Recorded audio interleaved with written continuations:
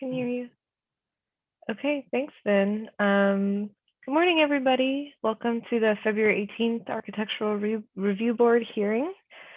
Pursuant to the California Governor's Executive Order N2920, this meeting will be held by virtual teleconference only with no physical location.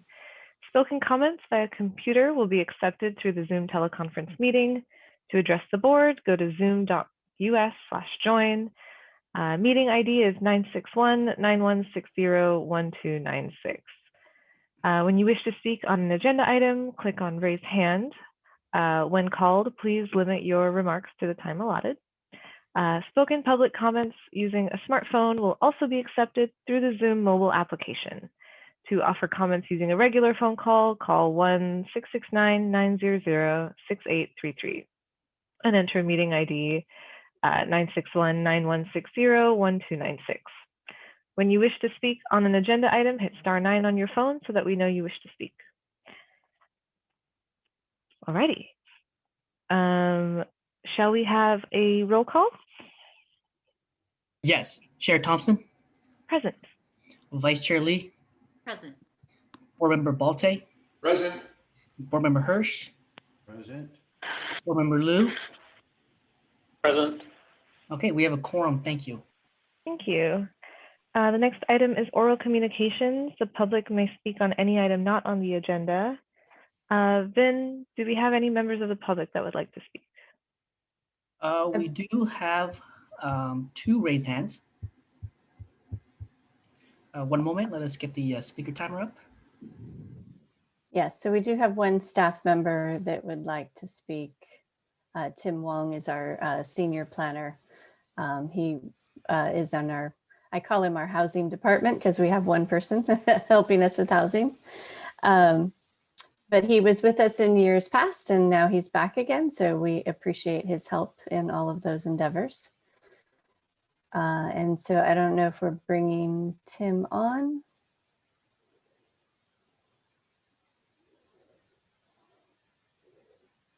I don't know that we need a huge timer for Tim. Yeah, and if you can bring up the flyer, that'd be great. Yeah, Veronica, I think you can just full screen the flyer.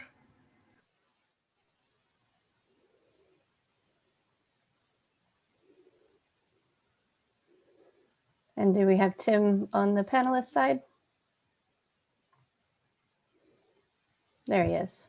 Good Tim, morning. do you want to... Oh, sorry. Go ahead, Tim. Okay. Hi. Good morning, ARB. Thank you for giving me this time. Again, as Jody mentioned, my name is Tim Wong. I'm a senior planner for the Palo Alto Planning and Development Services Department. And I just wanted to take this time to let you know about the Housing Element Working Group. You can see the flyer on your screen. The city is looking for creative, collaborative, and energetic persons interested in housing to be part of this housing element update process.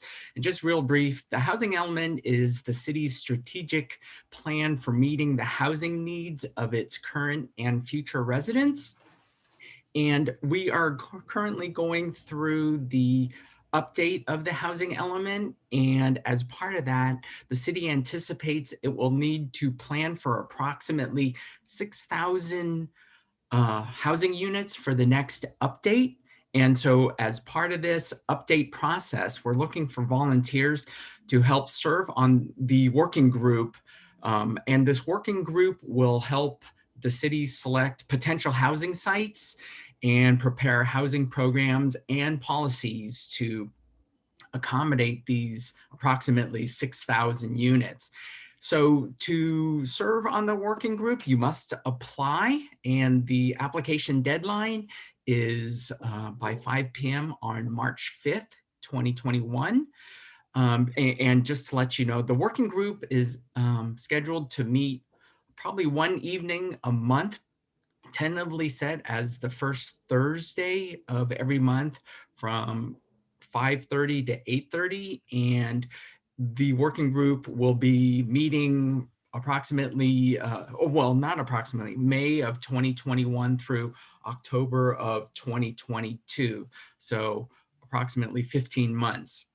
And after the application, if you're interested, please apply. And the city council will review all the applications at its April 5th, 2021 meeting and make the group selections at that meeting.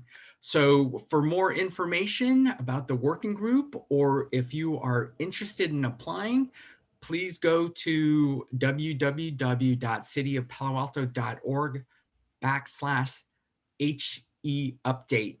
And on that website, you will find online applications in English and Spanish, and hopefully we'll have a Chinese online application online in the next day or so. So that concludes my comments. And so I thank you very much for the time, and just to encourage you to spread the word about the housing element update and also about the working group.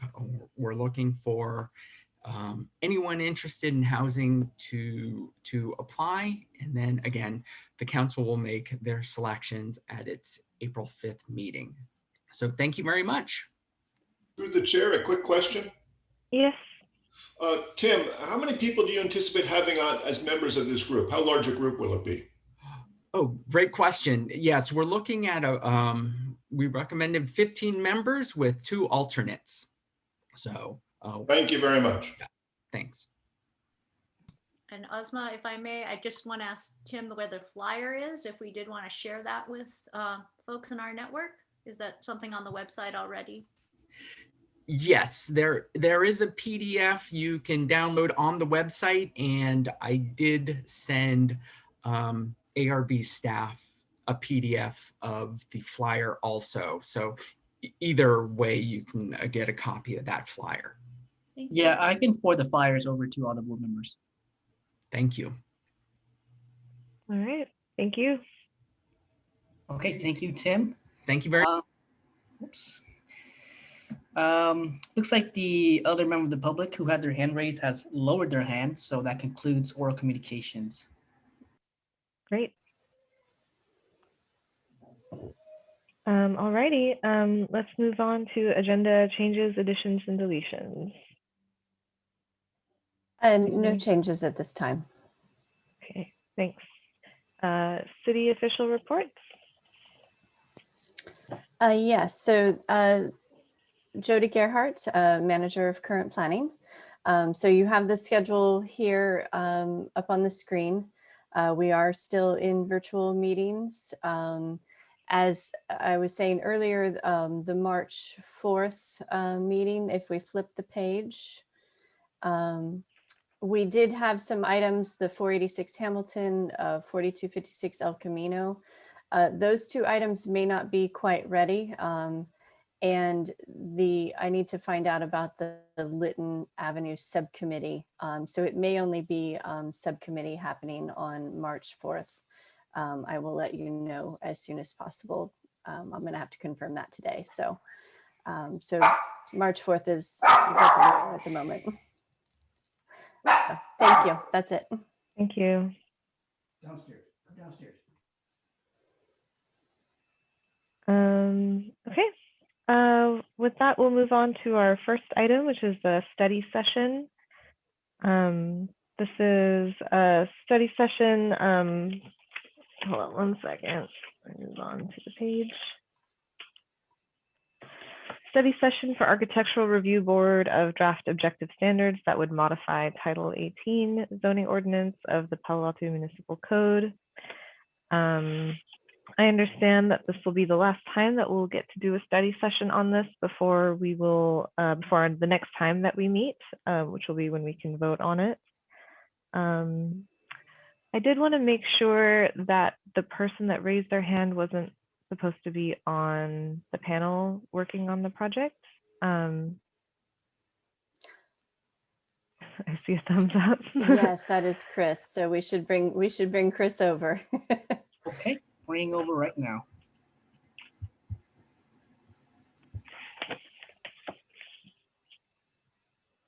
we go. Perfect. I'll let staff give their report. Yes, so thank you, Chair, for the introduction. As you mentioned, this is sort of our last working session.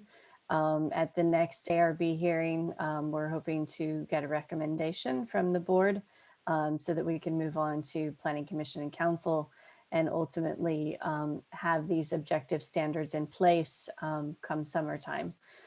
Because at that point, we could potentially be looking at some SB 35 projects, and we want to make sure that we have our rules in place before those projects come in.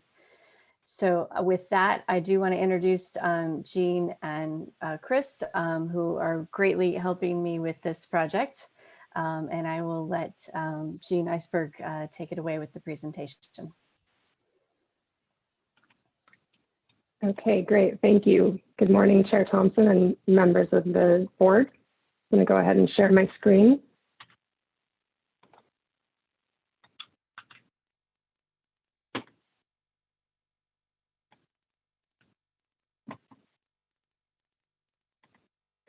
So I'm going to give about a 5-minute presentation before we have a discussion, and based on our pre-meeting with Chair Thompson, she can explain further, but we're going to give an opportunity for all the board members to provide any general comments and identify sections of the draft ordinance that you want to focus on in terms of how we spend our time today. So I'm just going to recap where we've been, the schedule going forward, and then describe changes that have been made to the design standards since our 2 meetings in October and November, where you may recall we reviewed a single draft of the draft standards over those 2 meetings.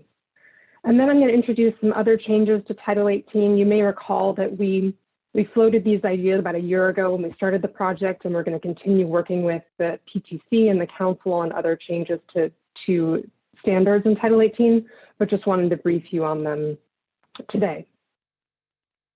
So a reminder for folks who may be participating from home, the issue currently and why we're doing this project, the city has a number of subjective design criteria and regulations that will not be able to be enforced for certain types of projects that are undergoing streamlined review, given changes in state law for how multifamily and residential mixed-use projects are reviewed. So our program here is to transform the context-based design criteria currently in Title 18 into objective standards, and this would actually be replacing those design criteria. And so this is really a fundamental change in the way that all cities in California are reviewing certain types of residential and mixed-use projects. And so this is the new organization of the 18.24, this new design standard section. We have the purpose and applicability in the administrative section, issues around site design related to the public realm, access to the site, and building orientation, and then standards relating to building design. And some of this organization is new. The current context-based design criteria have some sense of organization, but this is trying to create a little bit more of standardization and more specificity as you move from the site design to building details. So each section is organized with an intent statement and a set of standards. And so the intent statement is drawn from the context-based design criteria, and sometimes it's actually verbatim. The standards are objective standards. They're either measurements or ratios or provide a menu of options. And so I want to be clear about the organization. We received some public comments, and so I just want to make sure it's clear that there are really 2 paths towards compliance for projects going forward that are multifamily, residential, or mixed use. So one, there's this discretionary path that's really similar to what's happening right now. So projects can continue to go through the discretionary ARB review process, and they're going to be required to meet the intent statements, those more general design guidelines, as they're interpreted by the ARB. And so that's very similar to the process that you have today. Now, this new other option is for projects that are meeting objective standards, either because they are SB 35 eligible projects or they want coverage under the Housing Accountability Act that gives them that coverage under state law. And so in that case, the project must meet objective standards as we've outlined in this new design standards chapter, either the dimension standards or the menu of options where they're available. So again, two paths towards compliance. So our schedule moving forward, we're going to be meeting with the Planning Commission next month for a study session, both to update them on the progress that the ARB has made over the last year and to introduce draft standards in other parts of Title 18. As Jody indicated, we're planning to come back to you for an action item on March 18th. So we'll be making any changes to the design standards in the interim based on the feedback today. And then we'll be going to the Planning Commission and Council this spring and summer to wrap up the project in anticipation of potential SB 35 projects that could come down the pipeline later this year. So to summarize the two meetings this fall, generally there was support for the structure of the ordinance, the idea of either meeting the intent statements or meeting the standards. We resolved altogether to clarify where the standards would apply versus where the intent statements would apply, and determined that new design standards would apply to all multifamily residential and residential mixed use project types. So regardless of the mix of commercial or residential, wouldn't matter if it's 50% commercial, 50% residential, or just ground floor commercial and upper story residential. Also resolved that non-residential projects would only need to comply with the intent statements. So most of these design standards are written for residential or mixed use buildings, but the non-residential other commercial projects would need to comply with the intent statements, again, as determined by the ARB. Where things got more debate happened, as you may recall, were in terms of the specifics around standards and some of the design topics. So we debated a number of details, ideas for the menu of options, and specific measurements and ratios for individual design topics.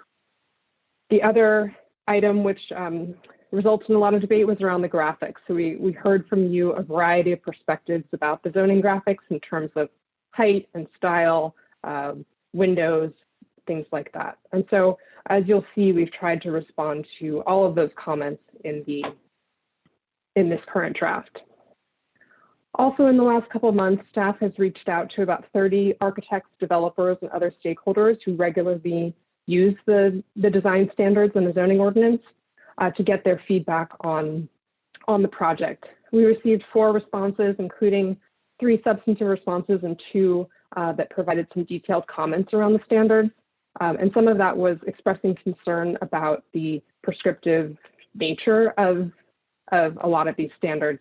And so again, that's why we want to be really clear that yes, there are this set of prescriptive standards, but there still is this alternative compliance path that's very similar to what you have today. So we've made changes in 5 key areas of the draft standards since you saw them this fall, and I'm going to go through each of these 5 topics.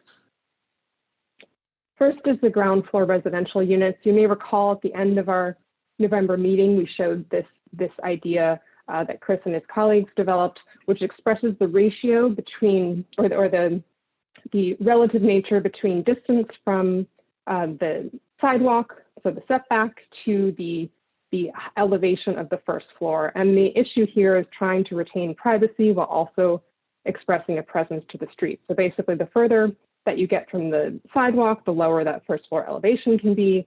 It could be screened with landscaping, but you have that physical distance that reflects privacy. Versus if you're right out against the street edge, having that higher first floor elevation, maybe there's a stoop, allows for increased privacy and a little more presence on the street. We made a number of changes to graphics, including most of the graphics are now no more than 4 stories. We've done some cropping and isolating to the feature that's just being expressed by that specific standard, and some changes to the style just to be more generalized. In terms of height transitions, you may recall that we had some conversations about the existing daylight plane, which appears in the district zoning standards, so in the development standards, and different ways to create height transitions between higher and lower density districts. And we had some standards in earlier drafts that talked about step backs or different ways to articulate that transition. At this point, we resolved to maintain the daylight plane, which is in the existing zoning districts, and then provide some options for additional ways to soften that transition through landscape screening, through facade breaks on abutting elevations, and minimizing transparent glazing so that you have either opaque windows or fewer windows on those confronting facades. Fourth is materials. You may recall we had some examples of different ways, examples from another project that Chris had worked on about a matrix for prohibited and allowed materials. And so we've developed a material list specific to Palo Alto. And this is something that is described as either primary materials or secondary materials versus accent materials.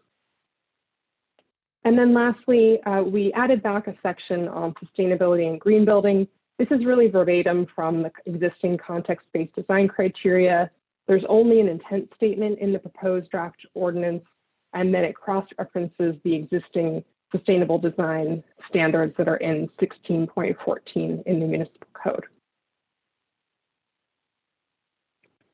I'm going to have Chris talk to the next slide.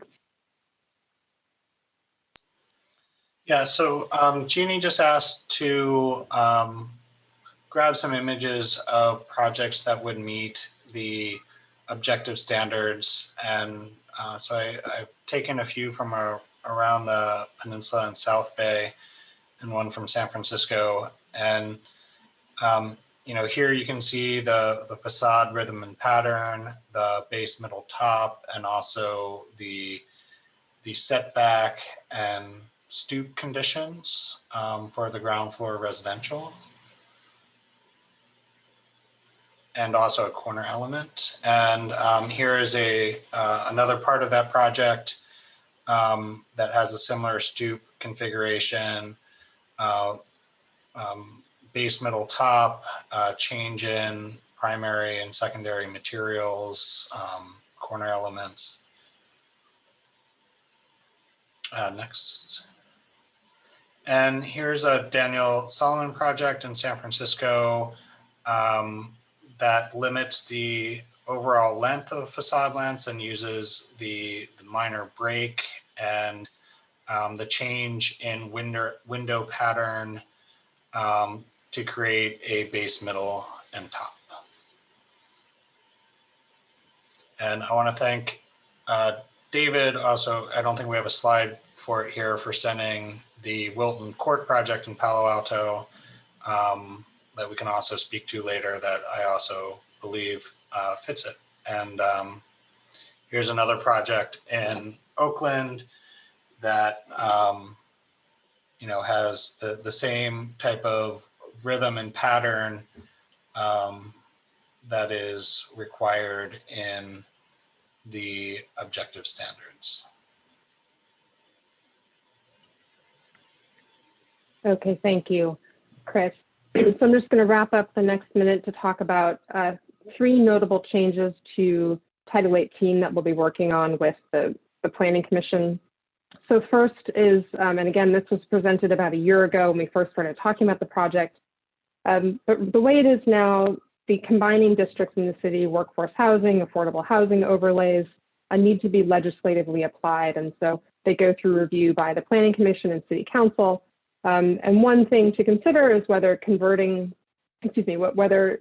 transitioning from a legislative action for these overlays, instead if there could be objective criteria that if a project meets the below market rate or moderate income thresholds, then that overlay could automatically be applied to the site. And in that way, incentivize affordable housing and allow for these more generous development standards. And this is similar to the city's recently adopted housing incentive program.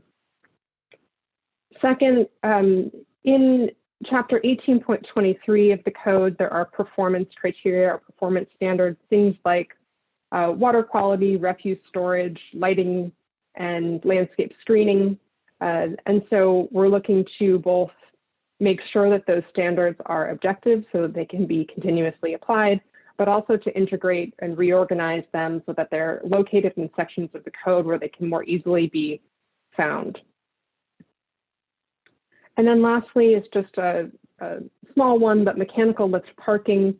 The way it is right now, this requires approval by the planning director or the city council. And we've suggested that mechanical parking lifts be allowed by right, tighten up some of those objective standards, just so it's not a project wouldn't automatically get pushed to the director or the city council just because it has mechanical parking. And this is just an issue that the Bay Area, this is becoming more common in residential projects, and so allowing a little streamlining there. And again, these projects would continue to come to the ARB if they're going through architectural review, and so the mechanical lifts could be reviewed as part of that review process. That concludes my presentation. I'm happy to answer any questions. Thank you. Thank you, Jean. Are there any questions of staff from the board before we move into our own comments? Ozma? Sure, go ahead, Board Member Balte. Chris, could you pull up the slide of 777 Broadway again, please? Do you mind, Ozma? Not at all, go ahead. I'm trying to understand how we're going to be using or interpreting these objective standards. So Chris, if this building comes before you as a planning staff in Palo Alto or any of the planning staff, would you say that this building has a base, a middle, and a top? And if so, how would you define it? I would say yes, it has a base, middle, and top. And through that, there are a number of distinctions that we have in the code.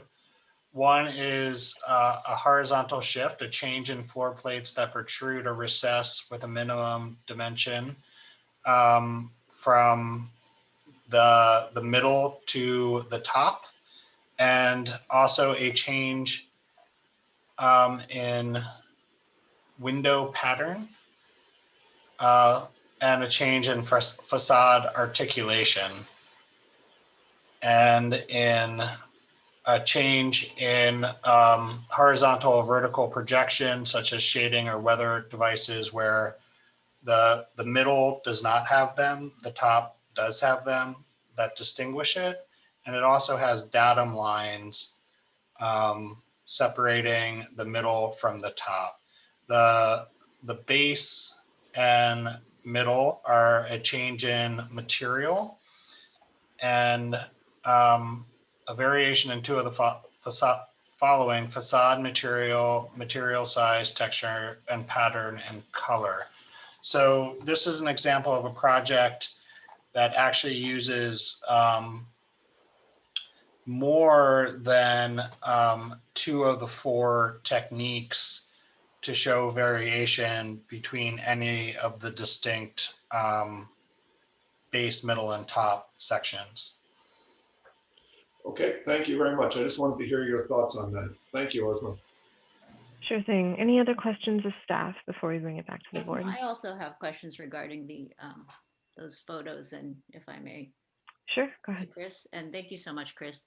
I just wanted to ask about the Dan Solomon project and Mosaica, and if you could just describe the change in, was it the change in windows that makes the top more articulated in your mind? Is that how you described it? And then yeah, that's in San Francisco, I assume.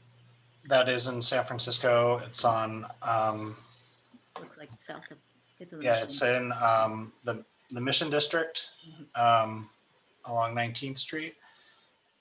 This so meets it. Yeah, go ahead. Yeah. See, I'm scrolling up and down the document here. So one way that it meets it is a change in window pattern and type, where the base is defined by the storefront window. The middle is defined by the joint windows, and then the top is defined by breaking those joint windows into separate windows. So creating 3 different layers there. And then the top is also defined by the parapet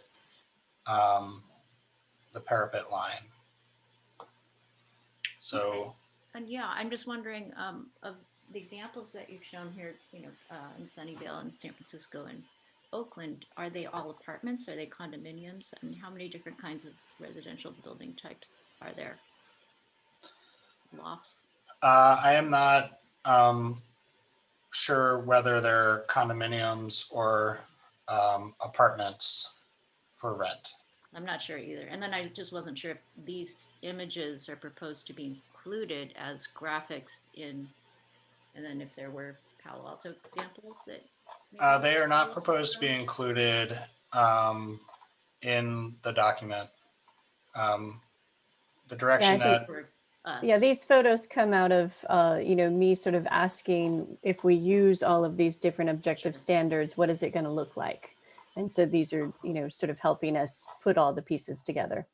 Okay, and then the other question I had, Uzma, is more for Jean in terms of, I know this is going to return to us on the 18th, and I wasn't sure if this is a study session and we're next going to see it as a voting as an item. I'm just wondering how, if there's proposals to revise how we review that next draft and how that is incorporated into, a vote. Do you have some thoughts on what the process would be? Sure. So, Jody, do you want to address this? I mean, Jean, you can help as well, but I think, mainly we are looking for all of your comments today for sure. We're hoping that we can sort of coalesce on some sort of conclusions so that we are able to wrap it up in the next hearing. But the more information you give us, the better we can make these standards. Okay. Okay, great. I can answer the question on the housing. So I used to work for Dan Solomon, and so that project on Alabama Street is affordable housing on top of some what they call PDR space, which is like workshop space that used to be on the site. And then I think the Ironworks project in Sunnyvale is also rental. They're on both sides of Evelyn Street. I think it was done in 2 phases. But I think that's market rate. It's not affordable. Okay. Thank you. One more question, if I could. Sure. To the staff, this is regarding the applicability of these standards. Can you speak to what the minimum the state law would require regarding affordability of housing units, and then what the mixed use ratio would be as a minimum that the objective standards would have to kick into by state law? What percent is the minimum amount that requires these standards to go into effect? And is there a housing affordability component to the state law regarding objective standards? So a couple things. So the Housing Accountability Act requires that at least 2/3 of the project is residential, and it doesn't necessarily require affordability. And so that's a little bit different, but Housing Accountability Act projects need to meet objective standards. Okay. Under to be eligible for SB 35 streamlining, it depends which tier or threshold a specific jurisdiction's in. So at this point in time, in Palo Alto, an SB 35 eligible project needs to be 50% affordable. Now, if a city doesn't meet its regional housing needs allocation prorated for that year, then it can move tiers. And so some jurisdictions in the Bay Area and the state are at a 10% threshold, meaning a project can be eligible if it has 10% affordable units. But at this point in time in Palo Alto, the threshold is 50%. But you're saying that all housing projects have to follow objective design standards? No.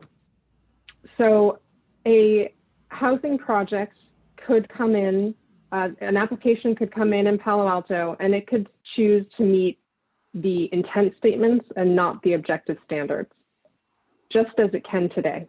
Well, just as it can today in terms of how the ARB reviews a project for consistency with the context-based design criteria, which are a mix of objective and subjective. And so projects can continue to do that They just won't have any protections under state law, under the Housing Accountability Act.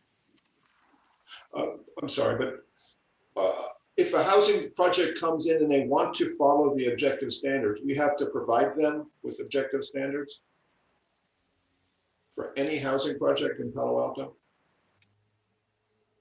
A project always needs to meet, for example, development standards, district regulations, unless they're seeking some kind of variance waiver or exception. So just the way it is now, we're sort of building another layer into those objective standards with a series of objective design standards.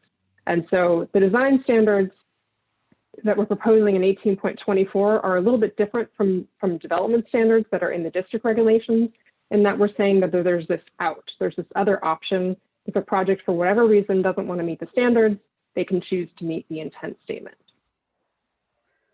I'm sorry I'm being so dense. Yeah, no, so let me try as well, and Jean can correct me. Currently, we have design criteria, and those roll up into our ARB findings. What we need to change to, and we're doing it a little bit different than some cities, because we are going to have this option where you can still go to the ARB and not abide by the objective standards. But what I mean by that is that we are building these intent statements that are taking the place of our current design criteria. And those intent statements will roll up to the ARB findings. And so all projects will have to abide by those intent statements, at a minimum. And those intent statements are still subjective. Now, the housing opportunity projects that fit into the SB 35 and the SB 330, those types of projects, those are the ones that can take advantage of the objective standards. And if they meet those objective standards, then we are not able to deny them. Right. And so the question, I guess, is the projects that meet the requirements of SB 35 or SB 330, that's the Housing Accountability Act. Is that all housing projects, or is that more limited? No, so as Jean was saying, I'll let you explain, Jean. It's the 2/3 housing.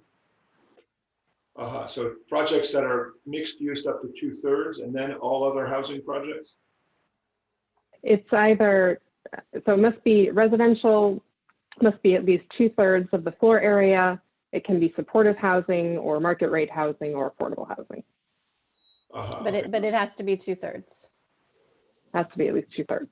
Okay, well, thank you for putting up with my denseness, everybody. That's the end of my question. No, it's very okay. complicated. Yes. It's important that we all understand what's going on. So appreciate your questions, Board Member Balte. Any other last questions for staff before we bring it back in? Okay, not seeing any. So this is a dense topic, a lot to go through. We do have another item on the agenda after this. So the way that I'd like for our board to, sorry, go ahead. I do want to make sure, we do have some people on the line, so I don't know if we have public comments for this particular project. Sorry, thank you for the reminder. Yes, do we have any members of the public who would like to speak? Yes, looks like we do have one raised hand. Yeah, let's hear from him.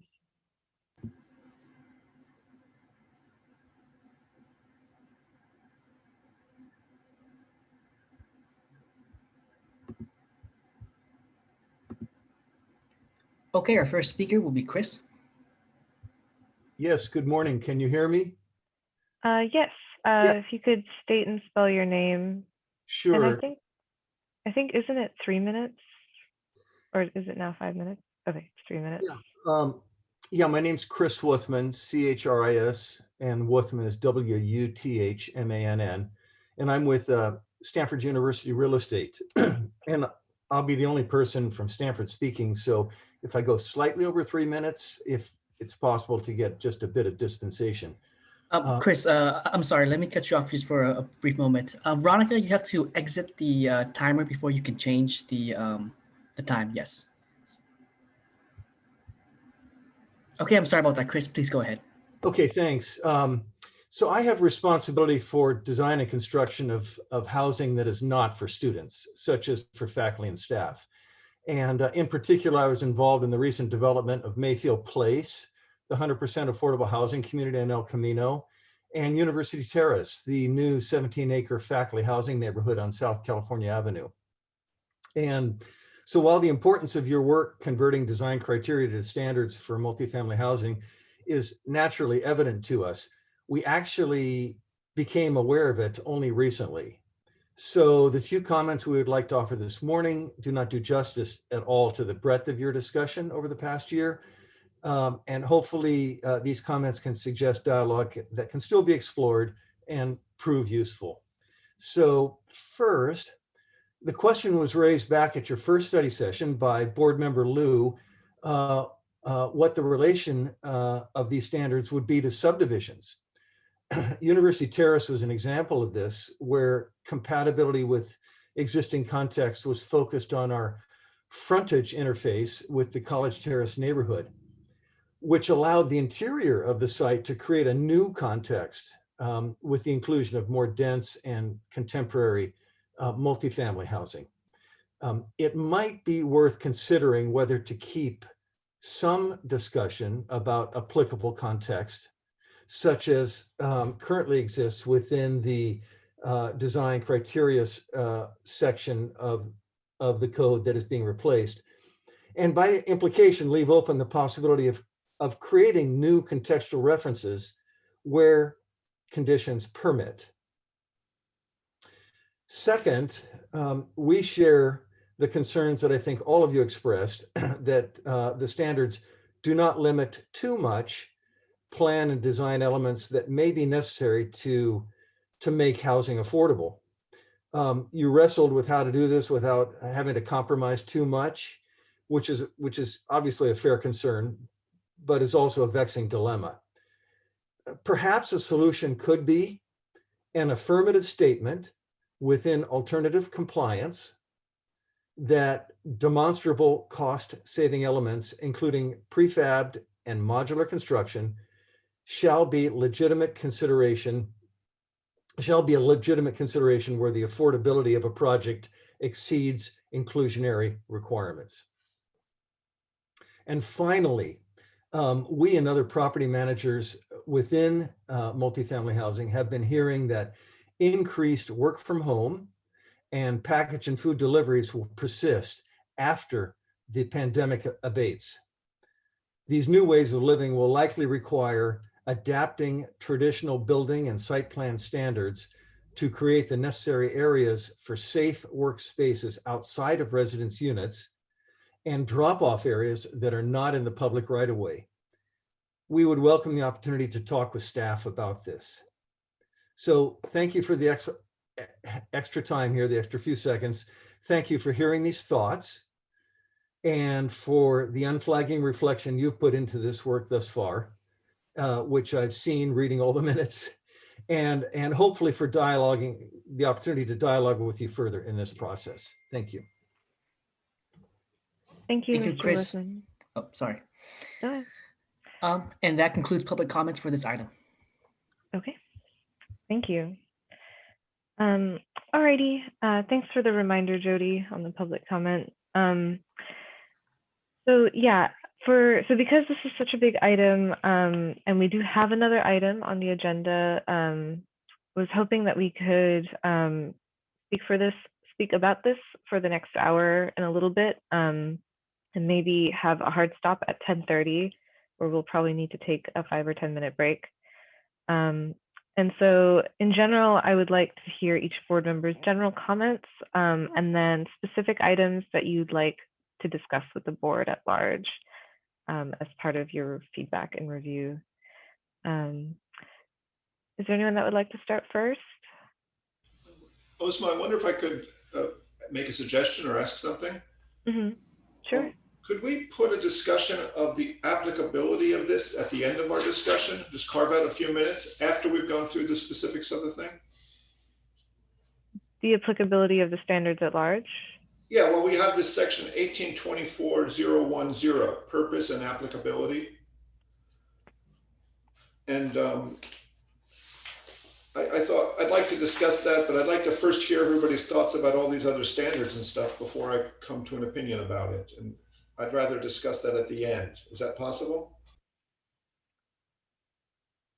Sure, we can. Yeah. I think as part of our review, we'll see if this is something others want to discuss as well. But I'll note it down. Thank you. Okay. Let's start with Board Member Liu. Yeah, so Uzma, I don't have any general comments, but I do have lots of specific comments on each item. That's great. Yeah, let's just go through what you got. Okay, so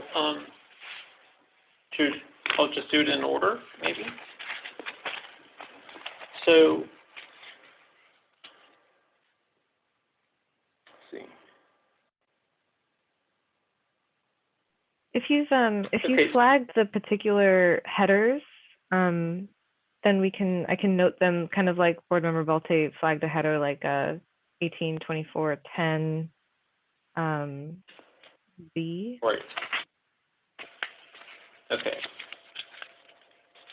So I would say it is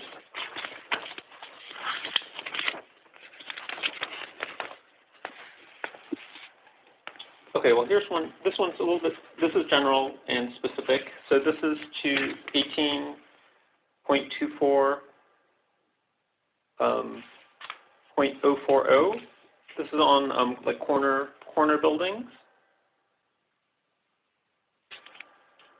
So I think the general, we have two options, right? There's one that's kind of for like a corner, some sort of like a corner tower or a corner plaza. And so I think my general comment is that we do have some projects, like 3-unit projects on RM20 sites that are really more suburban. They're kind of like houses. They're technically condos, but they look like houses. And I don't think that either of these, like an urban plaza or a corner tower, is appropriate. And I would cite the example that we saw a project that we looked at recently was 702 Clara in Midtown. It did have the requisite open space, like I think that we're calling out for 1,000 square feet of open space. And it does have that, but it's just suburban landscape. It's not urban, and there's no communal interior space in the project. Everything is private space.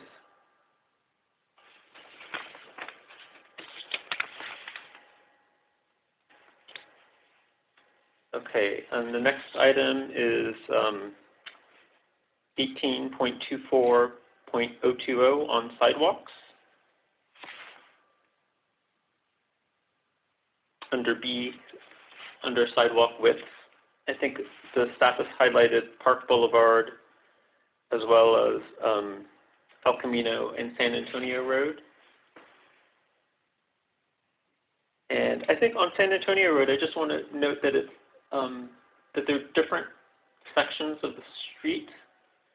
So some parts of it have frontage roads, some parts of it are residential, and other parts are commercial. And we might want to look at that a little bit more carefully and to get some nuance into there.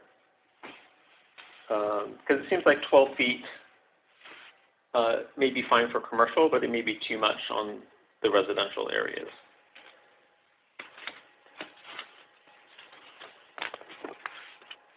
Okay, let's see.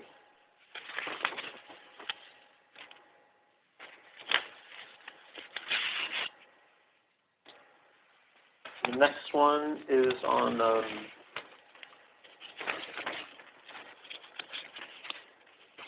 ground floor residential units, right? So I think that's site access 18.24.030.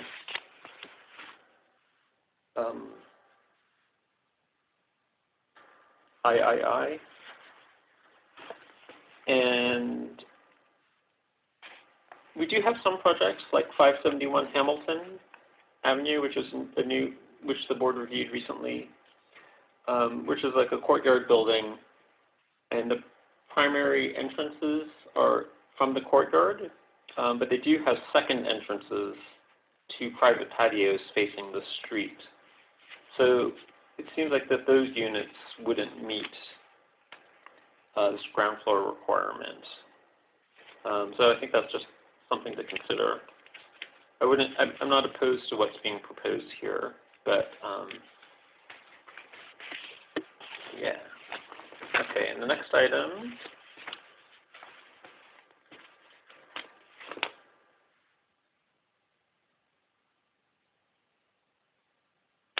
is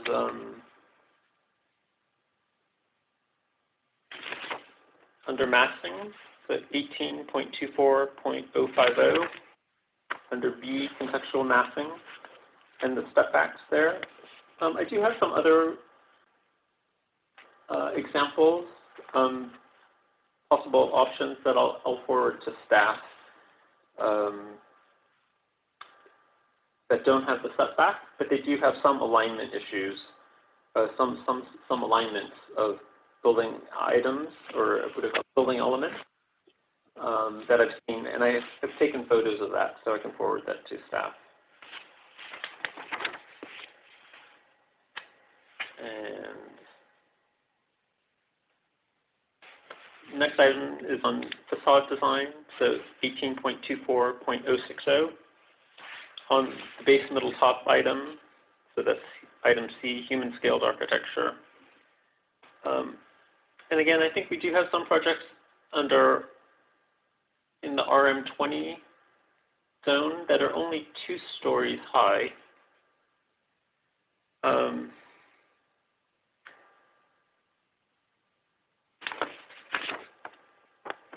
And I think that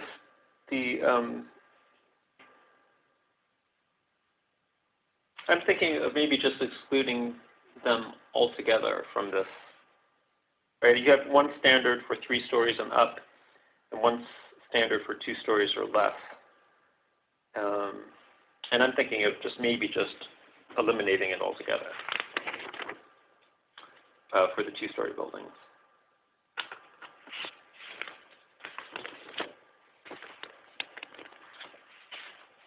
And then under ground floor character, so this is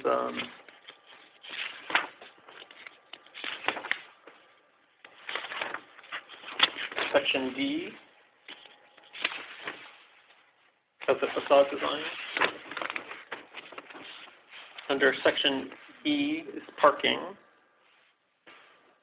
And then I think the staff has mentioned like a minimum 20-foot deep area for like retail or common spaces lining the street.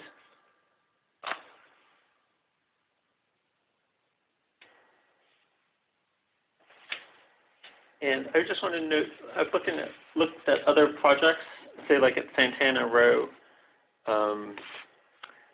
that depth is actually typically more like 44 feet.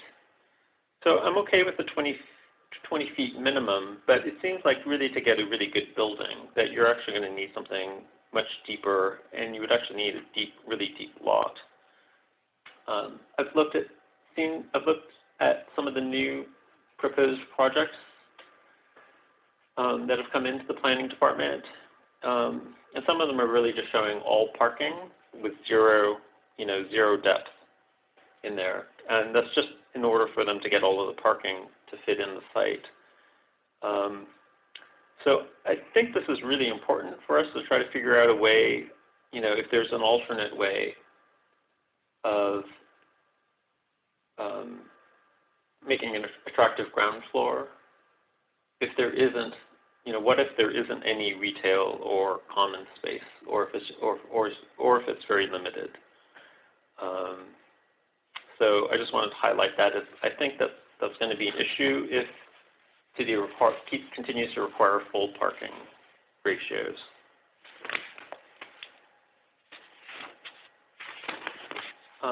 And the next item is under 18.24.090 on materials. So I did do two studies of this on approved projects in Palo Alto, and I was really struggling with the 65% requirement for primary materials. The projects that I looked at really only got up to maybe like 40. Let me get the actual numbers. I looked at 611 Cowper, which is a Hayes Group project, and I also looked at the Wilson Court housing project by Piatalk, and really they were only getting up to 40%, and they had, I think both projects had like four different materials, 4 or 5 different materials on there. So I think that we need to look at those the ratios a little bit more carefully there, because I think the intent, like trying to get it to 65%, would have a detrimental impact on the design of the buildings. So I think that needs a lot of work.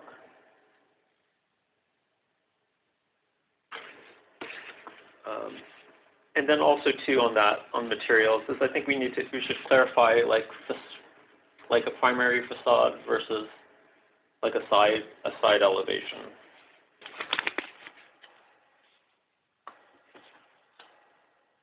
And then also under materials, I think you have the EFIS as a band of material, and I just wanted to highlight, like we do have like the Restoration Hardware store on University Avenue, which I think most people would find attractive, but that's EFIS, so that would not be allowed under the current standards. Although that's just a commercial only project, but for me, it's not necessarily the material itself, but it's how it's used. Okay, so that's those are all of my detailed comments. Great, thank you. I think what we'll do is we'll still go through everybody's general comments and specific comments, and then if there is items to kind of debate, we'll revisit those once we've all had a chance to give all of our comments. Okay, Board Member Hirsch.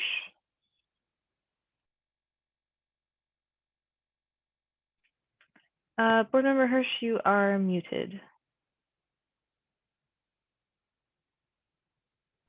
I'm unmuted. Can hear you now. Yes.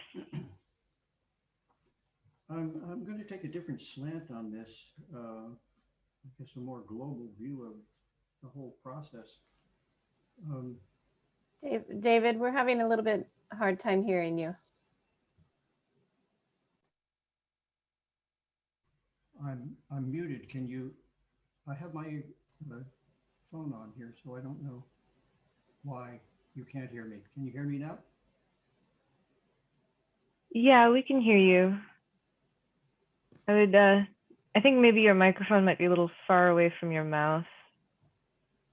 Well, it's right here. I'm using the earphone. Let me try get my constant problem here. I think we can hear you good now. You can? Okay. Yeah. Yes, a bit more global view of everything here. I don't really think. I think that the state has overreached in its requirement that we don't have any subjective elements at all in how we deal with new construction, or that it becomes an alternative procedure and that we have to use all of the requirements that are in this new zoning. I don't think that this proposed revision to the zoning code addresses the obvious state objective, which is to provide a major relaxation of the local bulk restrictions and height limitations to allow a very significant increase in affordable housing. So for example, to limit the height of buildings to 4 stories when in fact you can get 5 stories into 50-foot height limitation. So without this change, it's unlikely that the projected need for new housing units will occur. And I say that especially here in Palo Alto. From my 8-year observation, there isn't enough land to build 6,000 units of housing available without something giving, and in particular, bulk and height issues. Each year, the news media points out how we're falling way behind the requirements here. And 6,000 units, even though it's a reduction from the RENA requirement of 10,000 a year ago, is a huge number for us. It will not be achievable without major upzoning and in the regulations. So because the scope of this draft zoning study was not directed to address this issue of the increased bulk or height, Palo Alto is left with a housing conundrum, unless, of course, we never intend to achieve 6,000 units. But aside from these more global issues, I believe that this draft objective standards is not coherent, rational set of priorities based on understanding the process of design. While the intent sections are clearly written and comprehensive, the specific requirements cling to references of historic code language which does not reflect present day principles, requires design elements which are simply unfounded preferences, and poses specific dimensions without any reasonable justification. To illustrate these issues, I'd like to use Wilton Court. So could we pull up a picture for that Wilton Court? Thank you. So under the text for corner elements, treatment of corner buildings, says corner buildings greater than 40 feet in height shall include one of the following special features. The street wall shall be located at a minimum of front yard setback or building to line for a minimum of aggregate length of 40 feet in length on both facades meeting at the corner, and shall include one or more of the following building features. Well, this corner element of this building has about 40 feet on the front, but it doesn't have 40 feet on the side. So when it comes to specifics like this, we run into some problems. Treatment of corner building, the text, text item number 1. Then we turn the page and under corner buildings, and it says, it should have one or more of the following building features. The entry to the ground floor retail or primary building entrance located within 20 feet of the corner of the building. Well, the reality is that the entry to Wilton Court is more than 20 feet from the corner. So B, a different material application and fenestration pattern from the rest of the facade. Well, it doesn't really have a significantly different, it doesn't have a different material. And the fenestration pattern is pretty much the same as the rest of the building, with the exception that the top of the building, with the exception that the windows on the corner element have a clear story piece. So it really doesn't apply because it doesn't have a different material. So under C, the change in height of at least 4 feet greater than less than. Could you pull up the second illustration there? No, that's not the second one I wanted. I wanted the straight on elevate. There, that's good. So the reality is that C, the change in height of at least 4 feet greater or less than the height of the abutting facade. Well, as you can see here, the abutting facade is just about the same height, maybe a foot lower. And then there is the section of the continuing terracotta, but it's separated by a joint at that point, a reveal or whatever. The materials change in the back, but the front material stays the same on both elements. So really it doesn't qualify under that piece of it at all. So then open space, then so then the open space, then we'd have to use the open space because these first pieces don't apply. So on the open space, could you refer to the next one? Next drawing? No, that one, yeah. The open space in this building, because it's a shallow lot, there isn't a rear yard really capable because it was filling up the property. So it's the open space is on the deck in the back. So what are the requirements for open space? Publicly accessible open space plaza. A space used for outdoor seating for public dining. So neither of those A or B apply. A residential common space adjacent to common interior space and not greater than 3 feet above the adjacent sidewalk grade, fences and railings, et cetera, 50-foot transparency. The image of open space, Wilton Court, is a private deck above the parking garage at the rear of the building and openly accessible from an interior lobby only. There is no adjacent indoor common space. The designers have chosen a large ground floor space on El Camino as the major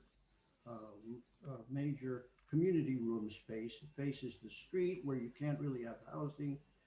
And it is a good control area because there's a reception desk there. It can be used by outside groups that would be using the building and or the staff. So at best, these regulations would make it difficult for a project like Wilton Court to be approved. And Chris, frankly, describing those other projects and brushing over them and saying this would apply because really, if someone is reading the specifics of all of these, that wouldn't really be allowed. They wouldn't be allowed. So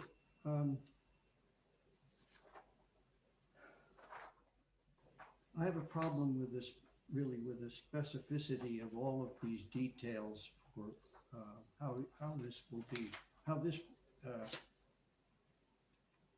this whole zoning is going to really effectively be used.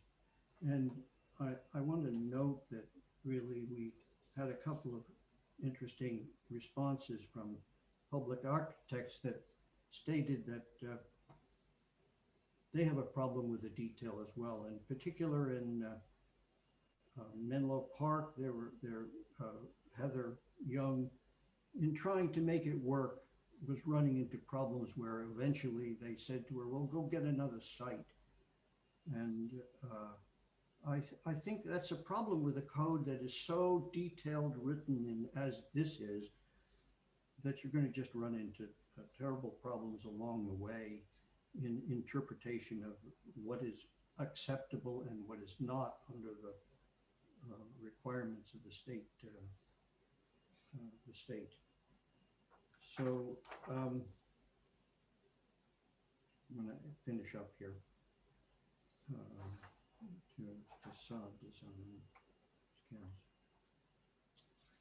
scales. So I guess I think I'm mostly done because of this example.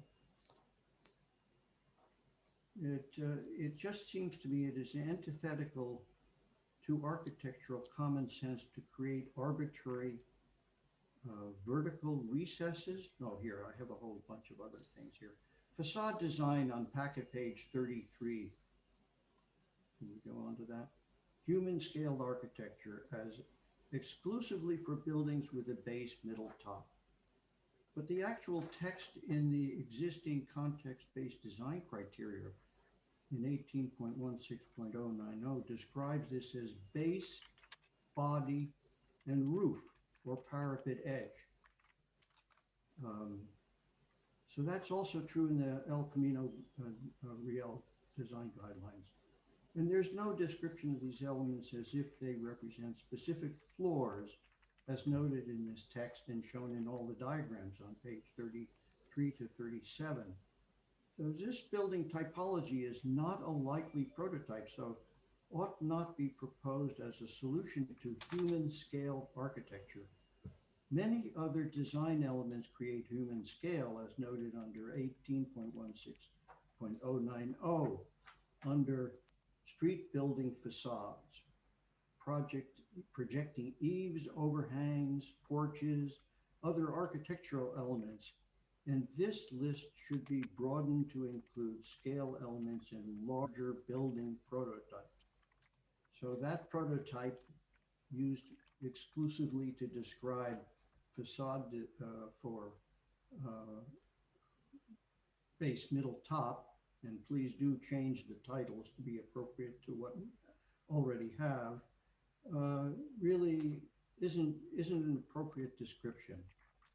So to me, in the end, it's, oh, another one here is there's a required and arbitrary 600 square foot recess in any building over 100 feet in length. This court creates havoc for planning the interior functions. Planning most generally happens from the inside out, not the reverse.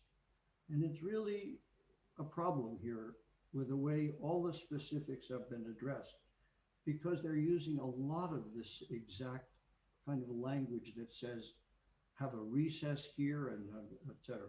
So it's antithetical to me to architectural common sense to create arbitrary vertical recesses noted in packet page 77 and 79 on facade design. Just look at the Wilton Court project and you can see how recess is properly placed, and you know, the one that's shown that separates the corner function from the remaining pieces is an example of that. Just look at that and you can see how recess properly placed can work with organizing building functions, enhancing exterior expressions. So arbitrary recesses every 40 feet or whatever it might be simply aren't workable. And they don't have any relationship at all to the interior function of a building. So the demand to create an objective zoning code that makes sure it is based on totally or rational mathematical principles, such as daylight plane, height factor, floor area ratios, required setbacks, open space ratio, yard dimensions, light and air requirements. This is the first step of preliminary zoning review and approval, and the second is context. And that exists in chapter 18, the way it is written. It is mostly appropriate, could benefit by some editing, but is still the proper guide for maintaining the quality of Palo Alto built environment. I really feel strong about this, that it's a major change in the code, but if you really want to create an objective code, then we're not there in what we've been describing. I'm sorry, but that's my opinion. Okay. Thank you, Board Member Hirsch. We'll move on to Board Member Valte. Thanks. Just getting my volumes right here. Am I right? Can everybody hear me well enough? Yeah, we can hear you. I can turn it up or down, but okay. So I have three basic ideas here. One, I'm profoundly bothered by the idea of objective standards as a concept, as a design principle, as Ken Hayes put it, as form-based design. And I share David's concerns. At the same time, I don't think we have a choice, and it's important to be realistic here. If we stay on the high pedestal, David, like you're talking about, and just say this isn't good enough, and it probably never will be, we're just going to get hosed. We're just going to be forced to accept design that's much less. And so I think what we've done is really a good effort to try to come up with something that will mitigate the potential impact on our built environment, on our design standards. And so I think it's incumbent upon us to just roll up our sleeves and try to do the best we can to come up with standards that will do as much as possible. While we recognize that as design professionals, I think a lot of us know that a lot of this stuff isn't going to work that well. It's some of these numbers and things are just, it's just not going to work. It's going to produce pretty bad design overall. But maybe that's what we need to do in order to get more housing. So with that first part off my chest, I wanted to sort of step through some of this stuff and make some detailed comments, sort of like what Alex was doing. The first comment on 1824-020, Alex suggested that 12 feet might be too wide a sidewalk in some cases along San Antonio for housing. I agree with that and think we should just check where we really want to require 12-foot sidewalks. And I think the best way to do that is just to be very specific about what the widths need to be. What might be realistic is not to try to put it in the code, but rather to leave it to the director to just stipulate sidewalk widths, provide a table at some point in the future so that we can be sure we get it right. The second part in that section is regarding the paving materials. And one member of the public brought up a comment about some of the old glass concrete pavement on California Avenue. And I agree that that's not always the most appropriate thing to follow, even if it's what's there now. I suggest that we just say that sidewalk paving materials are prescribed by the director. If you're going to be in this objective standard thing, then the director of planning will tell you what the paving of the sidewalk should be. I don't see any way to otherwise write down what's an appropriate paving material, and I think it's not that big a deal. Just let the staff, let the planning director call that one. That's my opinion.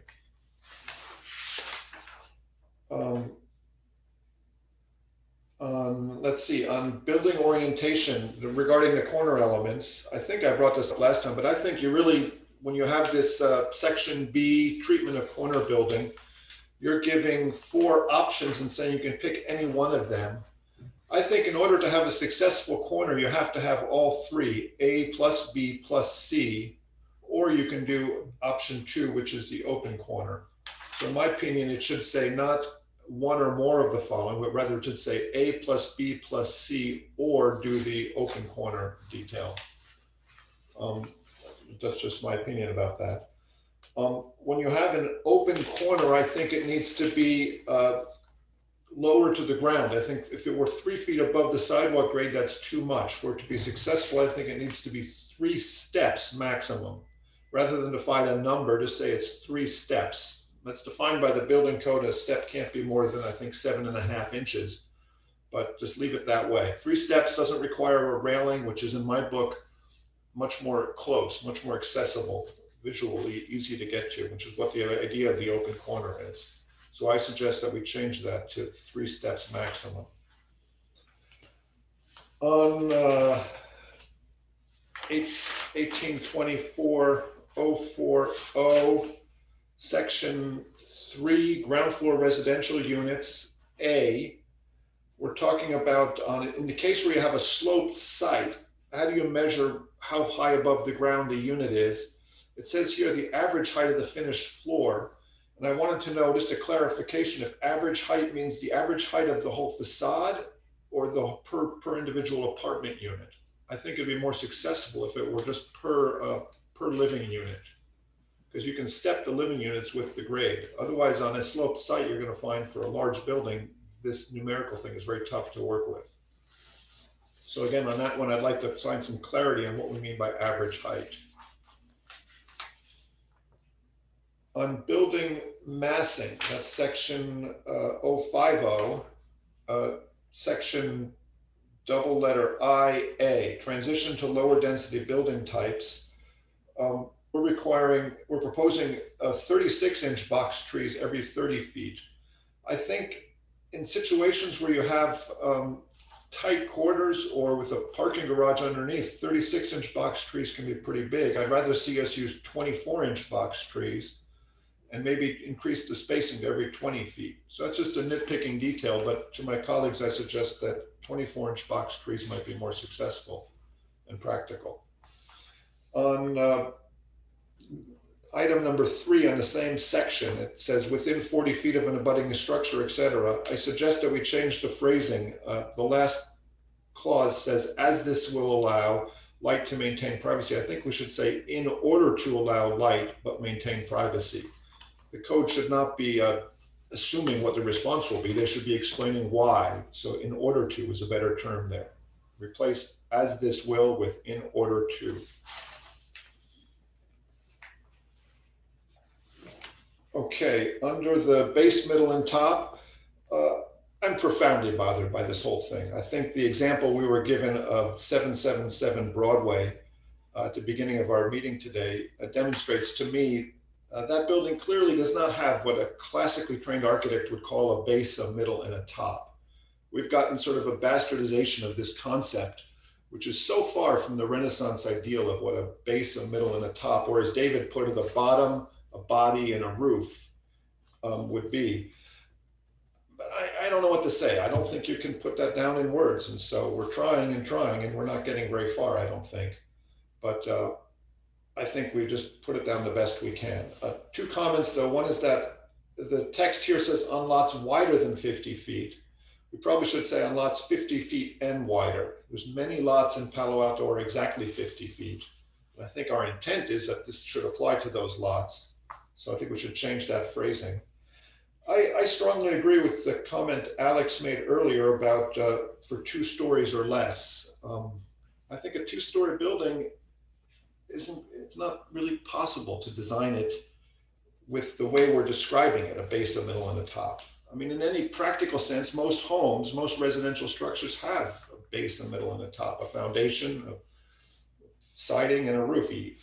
But I agree with Alex's idea that for buildings 2 stories or less, we should just strike it altogether. I just don't see how it's going to work. And I think it's just a ridiculous design constraint that is a waste of effort.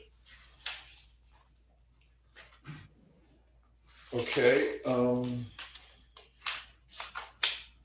sorry, I'm stepping through this whole document here. On the item regarding it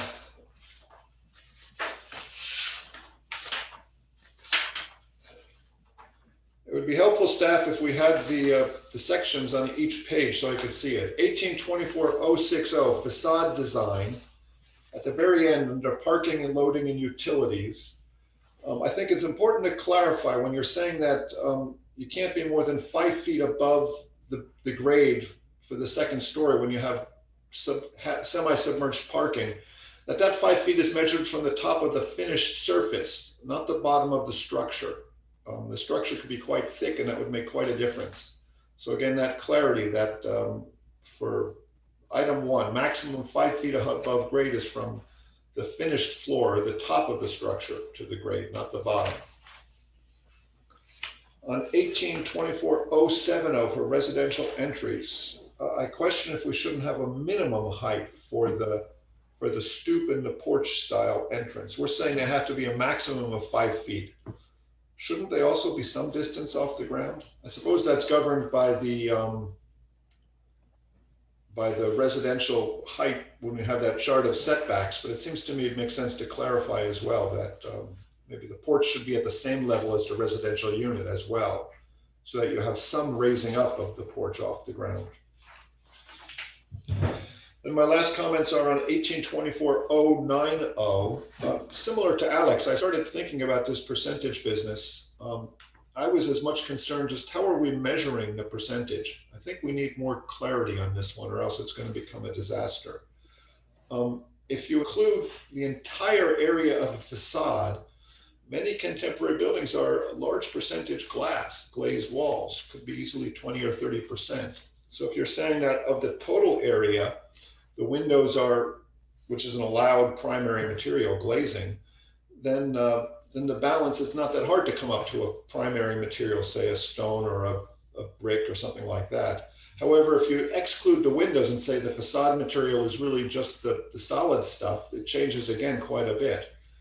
I think it's really worth doing some analysis of what building facades that we have approved are, and be more clear about percentages. How do you measure it?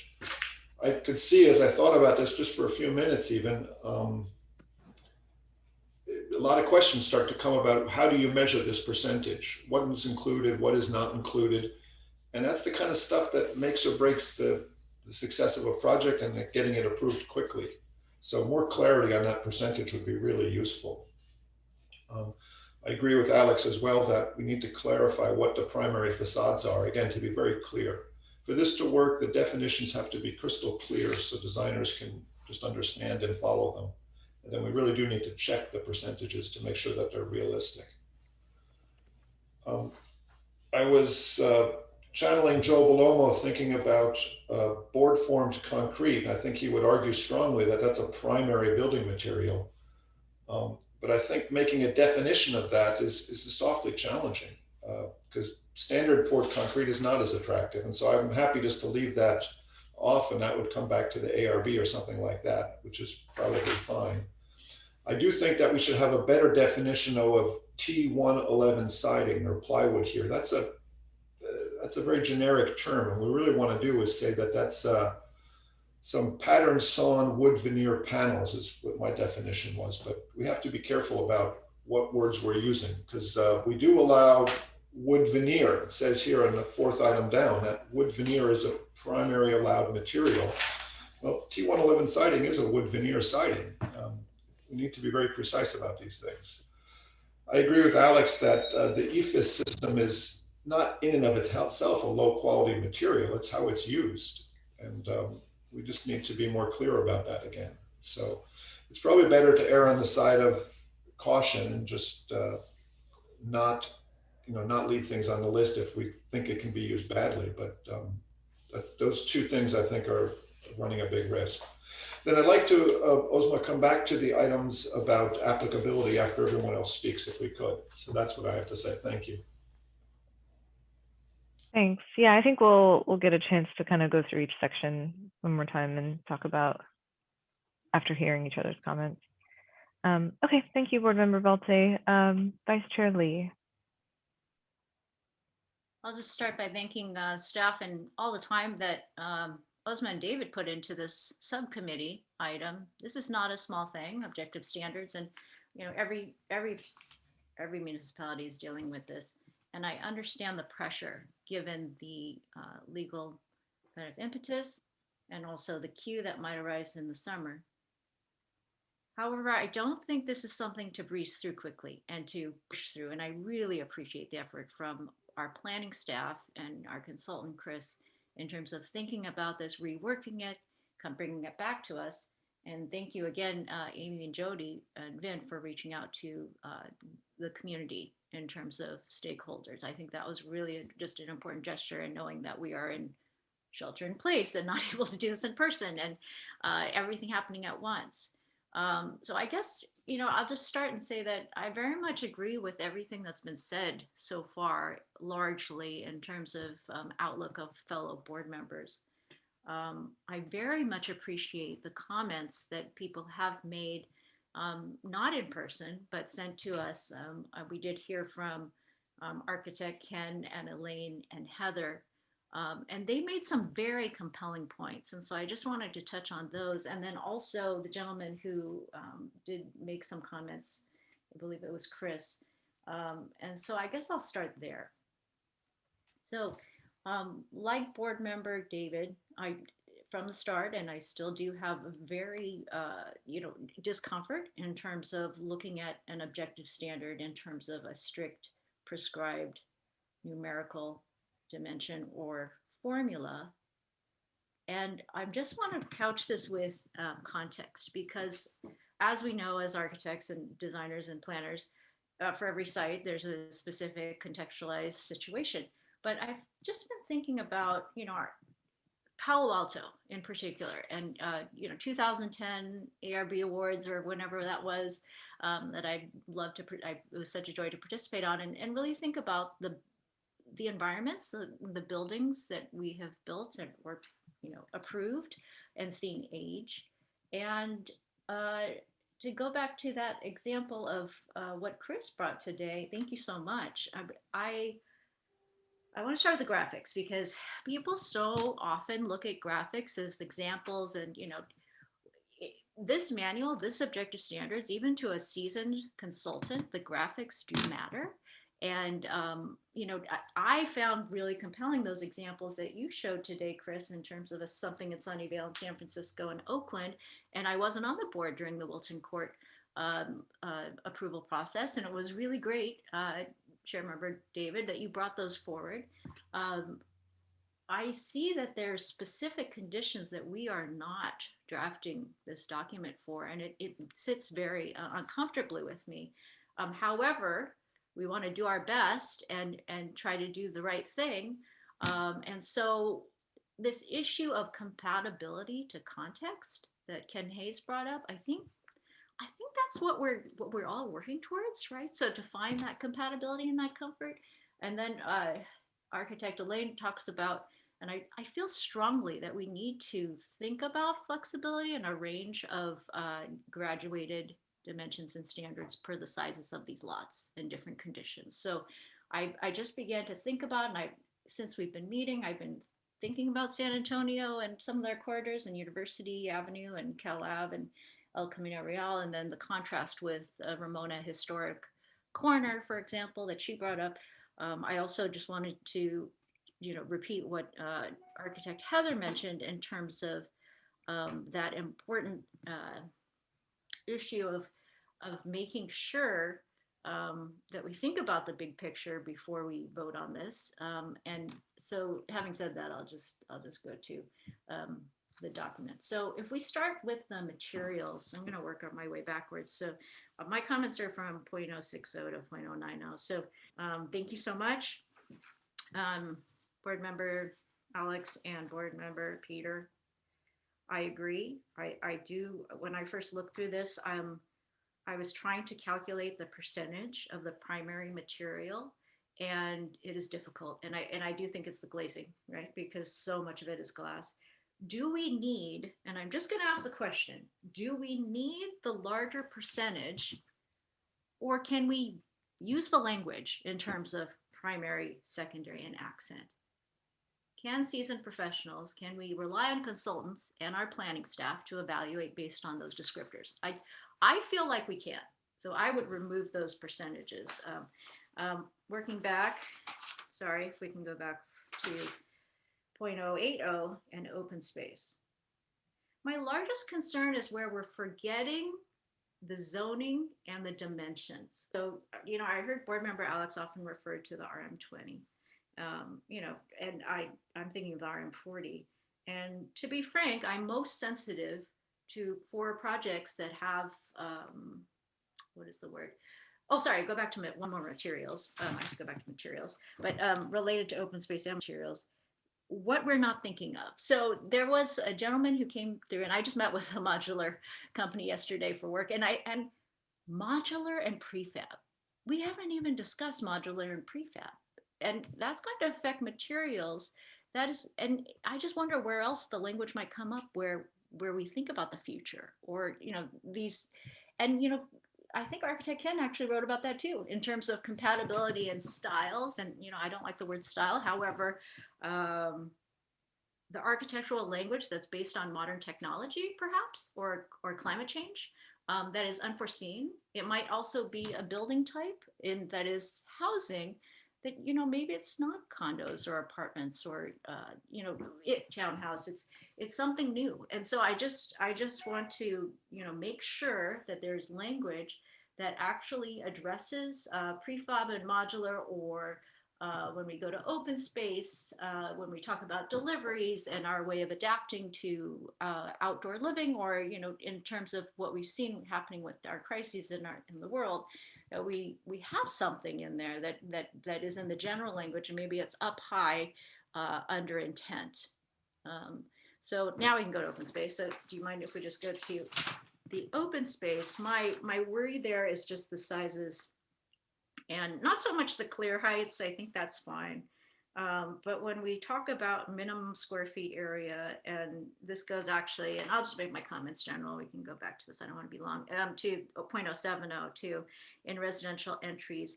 I know that we have patio entries and shared entries that are not as large as what we're prescribing here in projects that are in my visual vocabulary living in the area.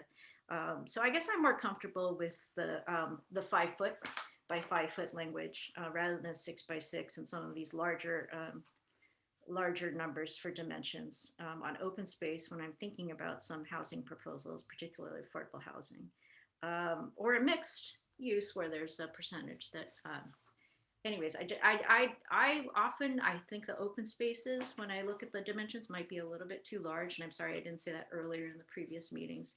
But after going and looking out at examples, I think that might be something to look at a little more carefully. When I saw, in terms to go back to the graphics, under the section of 0.060 facade design, I think the graphics have improved immensely. But in the facade design section, it does, because all of the examples are very traditional and in style, I'm a little bit uncomfortable. And I'm wondering if I can just bring up this idea of bringing in more photos. Working in other cities, I see a lot of their specific plans. For example, Mountain View often includes built examples of a certain typology of building that exist within their city. And, it's going to be harder in Palo Alto, but because we haven't built a lot of housing. However, maybe we could include some photos as part of this document that we feel, are compelling and might illustrate. And in terms of the base, middle, top discussion, really appreciate both Alex and Peter talking about the 2-story. I agree that maybe we just take that out. I also, board member David mentioned this, this whole base, middle, top, and I think about the projects that we have recently reviewed. I wonder if that heading of base, middle, top under human scaled architecture might simply be described as differentiation. And not to water down the point, I understand that you still want to include that differentiation includes a defined base or ground floor. Do you see that under C1A? And even a middle or body, but I would take out the 2-story.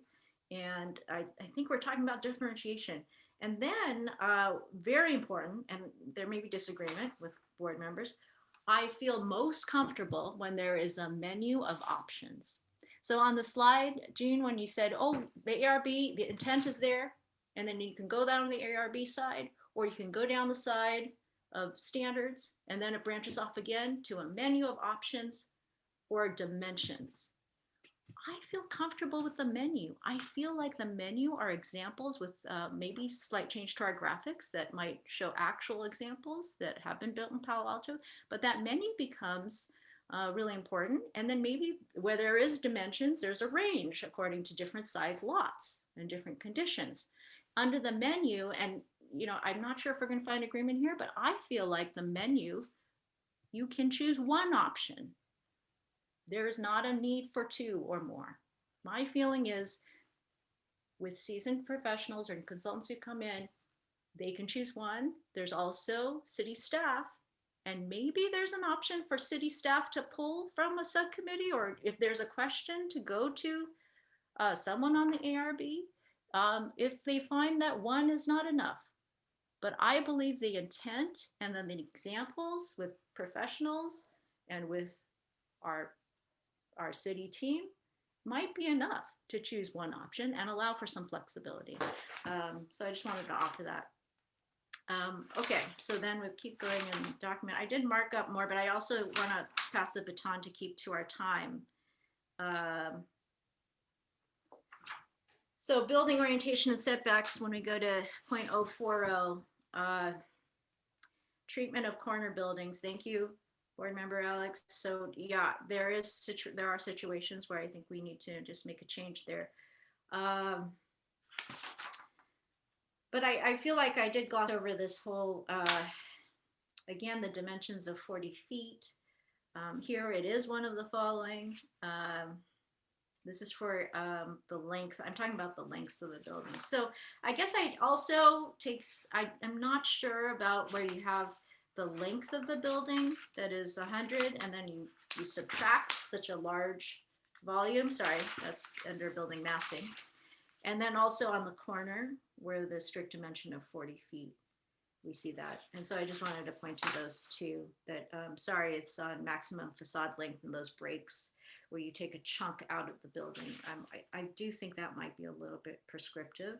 And then also board member Hirsch mentioned, and I believe it also came up in architect Heather's, just as an example of those continuous facades in terms of compatible rhythm and pattern.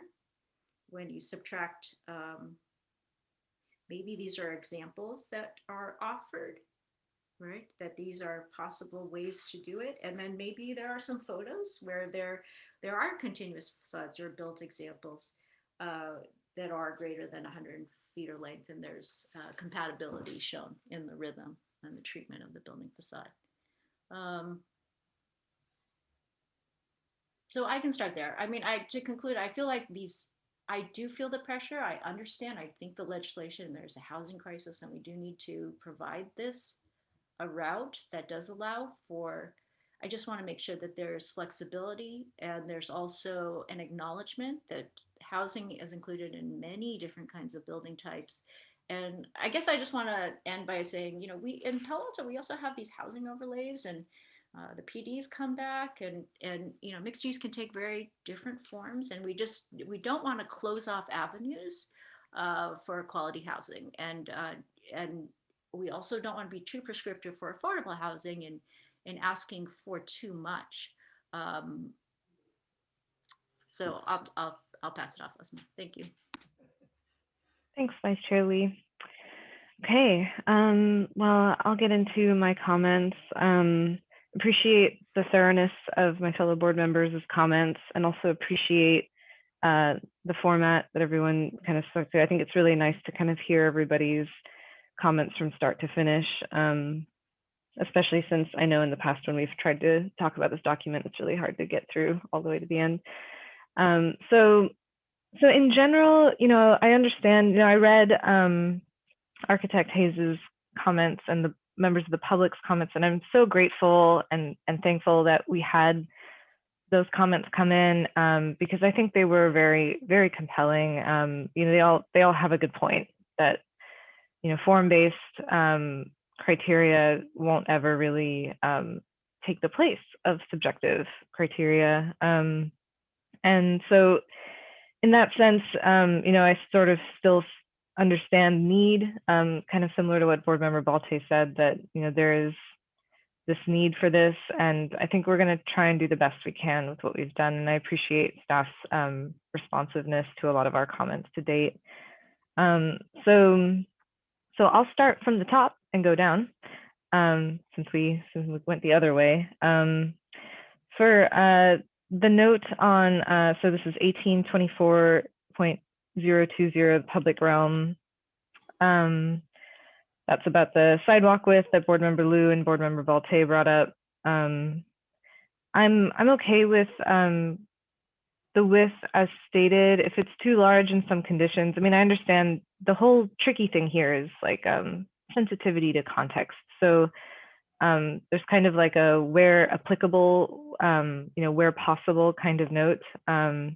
I'd be okay with a thinner sidewalk if it made sense, but I do think that these roads are important corridors, and I think uniformity is part of their identity in terms of how they evolve. And so I don't have an issue picking one versus sending it to staff to make an objective or subjective decision.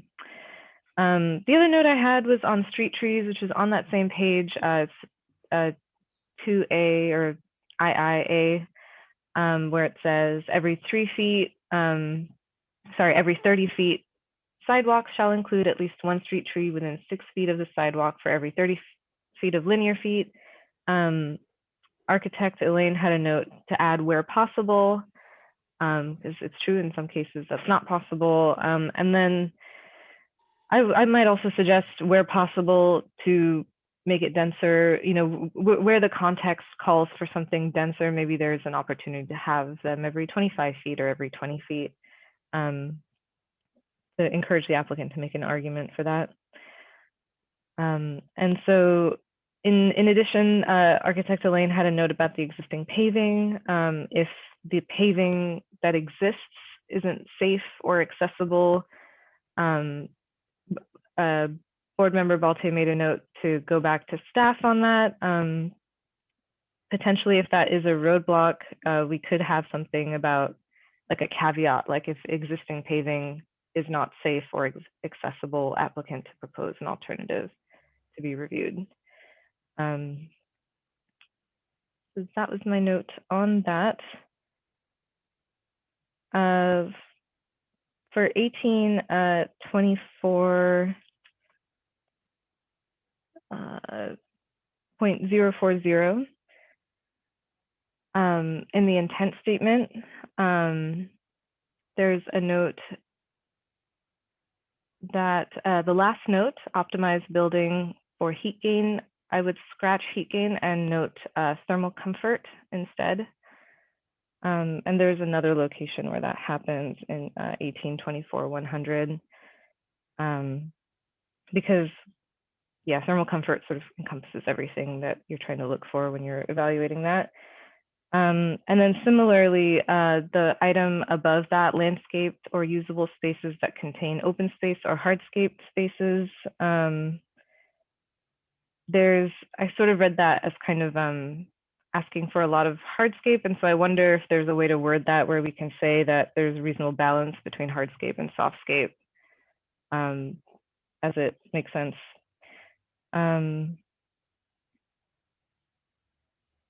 Then in that same section, item under B, there was that concern. Sorry, I'll wait for Chris to finish typing. Yeah, under B, the concern about the corner length that's been brought up a few times, that we've all kind of mentioned. I know architect Elaine made a comment that 40 feet is too long. I could appreciate I'm on board with a smaller number as well for that, 20 feet, 30 feet. At that point, you wonder if this criteria is even necessary.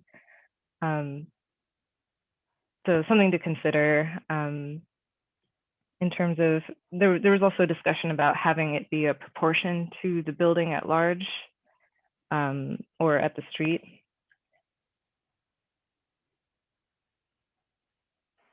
But yes, I could support a lower number there. There was also a note by architect Elaine. I think there's on the open space that's just a little bit lower on this section. Architect Elaine had a comment about graduated open space depending on the size of the lot. So for this, yeah, item 2 here, maybe we could make a comment about there's a minimum of 20 feet, minimum area 1,000. So maybe that 1,000 feet could modulate based on the lot size. In 1824-50,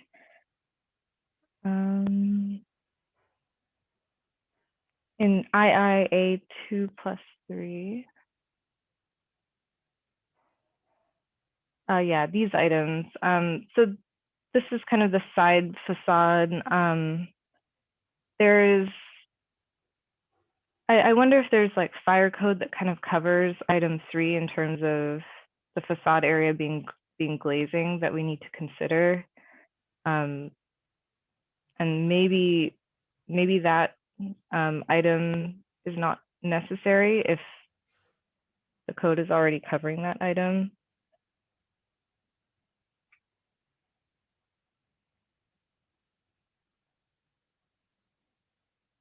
And then in III 3B, which is this open space, the continuous facade. We've got a lot of comments that this requirement might be onerous, it might be burdensome. I know that this is a big item of discussion. I think it depends on the lot, honestly. It's really hard to make a call, but I could be open to removing this item in favor of having the buildings kind of refer to open space requirements separately.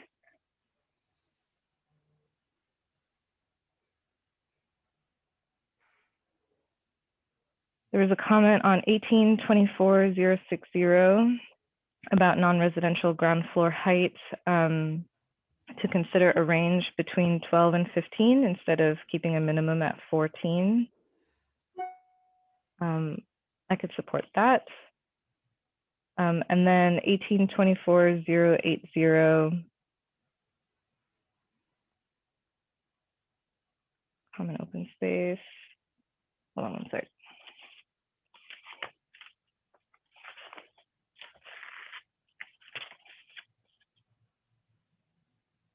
Oh yeah. So for this one, under CI, we have a note of a minimum size of 200 feet for common open space. I know that there are other jurisdictions that go by zone and they kind of say a required square footage of open space by that zone, and then they have sort of a number for private and then a slightly increased number for common open space. And I wonder if that might allow for that individuality and flexibility per lot. Okay, so those are all of my notes. I think let's try to kind of maybe what makes sense is we go through the document. Chris has been great about noting all of our comments and see if there's any other items that may be conflicting, that maybe we might need to take straw polls or provide more clarity.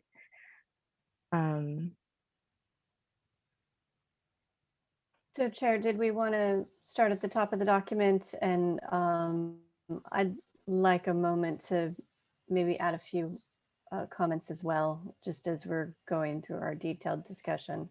Sure, yeah. Yeah, let's start at the top. So is this, and I think Board Member Balte maybe wanted to talk about applicability. Is now the time for that? I think we could, if you're okay with that, Board Member Balte, or do you want to go through all of the detailed items first and then talk about this at the end? Well, I want to do is make a case that we should limit as much as possible the applicability of this whole thing. So I think maybe better to go through the details first. That's really what we need to give feedback on today. That's my suggestion to you, Chair Osma. Okay, we'll come back to this, Jody. Let's start with 18.2.0. So there was, seems like pretty minimal comments, but are there any other comments from the board on this item or questions by staff in terms of ARB? Yeah, go ahead. Yeah, if I may, on the San Antonio sidewalks, I can understand that the 12 feet is more applicable in a kind of commercial type area. We did just expand the HIP to San Antonio for 2 blocks. And we also have the area closer to the freeway, closer to 101 is more commercial in nature. And so maybe we can say, and I'm sorry, I'm forgetting what the 2 blocks are. I think maybe it's Middlefield or something. So, and I might be saying the wrong street, but maybe if we say like east of Middlefield, maybe that might give people more comfort. Is the zoning changing there? Or it's just kind of the overlay is getting applied there? Yes, we're doing the housing incentive program overlay is now allowed on 2 blocks of San Antonio. Gotcha. Jody, is it necessary to specify that at this point in the code? I mean, the San Antonio is probably going to change as we continue to think about the planning on that street. It is, but I mean, we fight about sidewalks so often that really would like to write this down so that it's very clear to developers what's needed. I mean, wouldn't it make sense just for the code, for the law to stipulate that the city shall maintain a list of required sidewalk widths? And then internally you can develop what that list is over time. Yes, that actually would be stronger if it was in the code itself. Okay, well, that's just my 2 cents, is that to force that right now, it may be too much, and we may end up regretting the width we choose now, 2 years from now. Which width do we think we'd feel more comfortable with if it's not 12? Alex, you started this one. What do you think? So actually, if you talk to the urban designers, they actually recommend 15 to 17 feet minimum. And so the 12 feet has always been a compromised standard that Palo Alto has used. So you don't actually get everything that's in the diagrams on that sheet. You know, it's actually hard to fit that all in 12 feet. And it's just because we have smaller, you know, we have small size lots in many places. Do you think it's 12 feet is too small? It's a compromise. It's a compromise. It's a compromise. Yeah. And that's what we've been using for downtown and El Camino. So it's something that's it's something that's been widely used in Palo Alto. And I think if you walk downtown, you'll see sidewalks that are maybe like 8 feet, and those are definitely too narrow. So should we say maybe, does it make sense to do like a minimum of 12 feet and then potentially a maximum as per allowable by the site?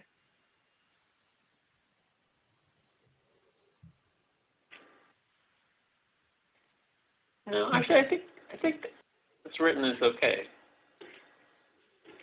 Okay. All right, let's keep going then. You feel all right about the accent paving notes?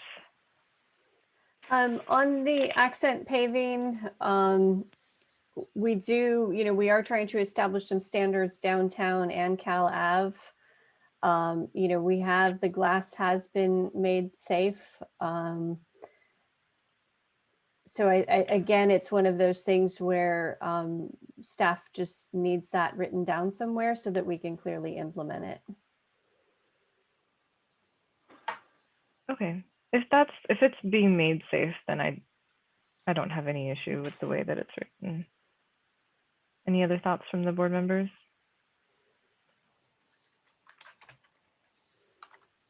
Just repeated the same argument, Jody. Some things are best left as policies that staff provides rather than enacted as legislation and code. It's just easier to keep control of. I think things like sidewalk paving is a good one to do that way. Take that flexibility, internally establish it, rather than having city council have to approve it every time you want to change.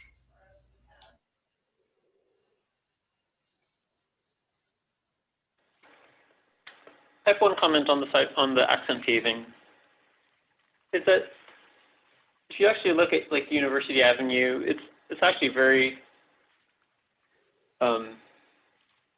it's a mishmash of different sidewalks, and we've had problems with we've had controversies on some of the projects, like on some of Roxy's projects, where he doesn't want to do the brick accent, right? And you wanted to do like integral color concrete. So when you actually start walking and looking at it really carefully, it's a total mixed bag of different sidewalks, and there really isn't a standard. I know staff would like to have a standard, but it's not really there yet. Well, it was there and got, you know, eliminated in some places, and we're trying to bring it back. That is the point. Yeah, understood. So it's 10:30. So we're kind of at the time where I wanted to do a hard stop. And the good thing is that we got everyone's comments out. The not good thing is that we didn't really get to debate too much. I did suggest that we might have a, well, what do you think, Jody? Do you feel like staff has enough, or are there items you think we should focus on that are particularly contentious that maybe we can spend maybe another 5-10 minutes wrapping up? And Yeah, debating? I think I do have some questions. So maybe if I can breeze through some of my questions, and if Jean or Chris add into that, that would be helpful. I think on this corner element, we do, I mean, the 40 feet, you know, gives the corner element some substantial weight. I heard some comments about maybe on the side street, maybe it doesn't have to be the 40 feet on the side street. I also heard that, you know, if it's a smaller piece of property, then maybe this can scale down in proportion. And so that's, for the moment, that's the way that I would tackle that. Yeah, I would like to just say 2 clarifying points on this. One is, Alex, it only applies to buildings greater than 40 feet in height. So the more house-shaped buildings and the more suburban areas would not be included. They're excluded from this. And 2, that to clarify that it's an aggregate of 40 feet on both sides of the building. So it's not 40 feet in one direction. It's a total of 40 feet. So we do have the, room to have one side longer than the other. Yes. I think 40 feet is the right number. We're talking about 4-story or taller buildings here. 40 feet, when it's the combination of 2 sides, is not too small, in my opinion. Okay. Any other board members' thoughts? I'm okay with 20. Now that you've clarified, I was reading it 40 and 40 on both sides. Okay, so on I'm also the next okay with one, that. thank you. On the next one, Chris, the entry on the ground level, you know, Board Member Hirsch was saying that Wilton Court would not meet that. I mean, I think we still want to keep entries close to the corner. Do we maybe want to change it to 30 feet? You know, and if entries are more than that, then they would come to the ARB. Is there some number that people might want to change it to? I think you should leave it at 20 feet, and if it goes beyond that, it comes to the ARB. Otherwise, it's not part of the corner. That's the idea. Okay, next one, Chris. Any other thoughts? I just want to make sure that we have a group straw poll on this.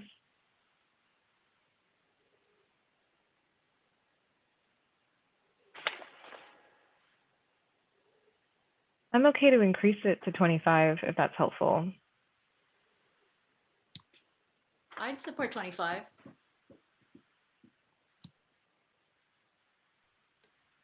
Anybody else? And 25 is fine with me, if that's the consensus. Okay, great. Can I be a contrarian for a minute? So, you know, we have the Sunrise housing on El Camino, and it has a corner element, but the main building entrance is on the side street, and it's like senior housing, so it has a portico share and a drop-off there, and the corner element isn't really an entrance. So maybe there's an exception for certain kinds of housing, like if it's a senior housing where they really are using the automobile drop-off. But I wonder if such a project too could have a secondary entrance at the corner. and still, abide by this. Yeah, it's also, on the senior housing, they really try to control the entrance. Just because, just for security and to keep tabs on the residents so that, for the ones who have like Alzheimer's and who can wander off the campus. So yeah, I don't know if we need to make a big deal about it, but I just want to point out that there are that I think that there may be other ways, right? There might be another option. Yeah, I do concur with Alex there. I see that right now we're saying either or, right? So then in a situation for Sunrise, they would need to, right? Isn't this a menu option? Can you clarify, Chris? This is a menu of options that you can have A, B, or C. Mr. Beltre wanted all of them to be part of it in his comments, but you do have an option here of how to meet this. And there's also always the ARB route, right? The direction that we took from the ARB earlier in this process is, when possible, be stricter. And so that kind of goes through this whole document, that yes, we understand that we're not providing every building type to fit these standards, but these are a tighter set of standards, and then if you want to deviate from them, you go to the ARB. Yeah, and if I may, and thank you, Chris, I do think the menu option is compelling, and to have one as a possibility. In the case of Sunrise, I just know, and thank you, Alex, for that reminder that, the entry and it wouldn't be possible for them to have a entry on the corner, and then space is very precious, and they've actually saved that space for open space, further along the block. And so I don't know. I think in that situation, it makes sense to have the options and choose one. I would agree with Vice Chair Lee that I don't think they should all be required. I think the menu is important, and having that flexibility is important.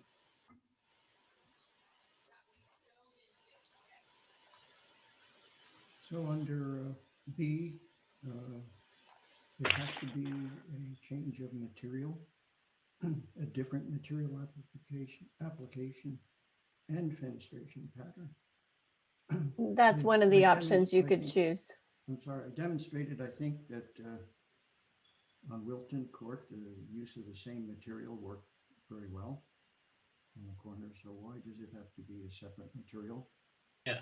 So David, thank you for your comments. Wilton Court would meet these standards with the added increase to 25 feet here. And concerning your comment on C, I think you made a really good point that it's not clear what the overall height that needs to be 4 feet greater or less than. And that can be clarified that since Wilton Court has the part of the facade that's punched out and then the part back, that it is actually greater than the average primary facade for each facade. So I'm proposed kind of rewriting this with a little bit more clarity that what Wilton Court is doing is acceptable, because it's essentially, through its design, having a change in height. But you're right, this wasn't written clear enough to allow that. That makes sense. I can support that.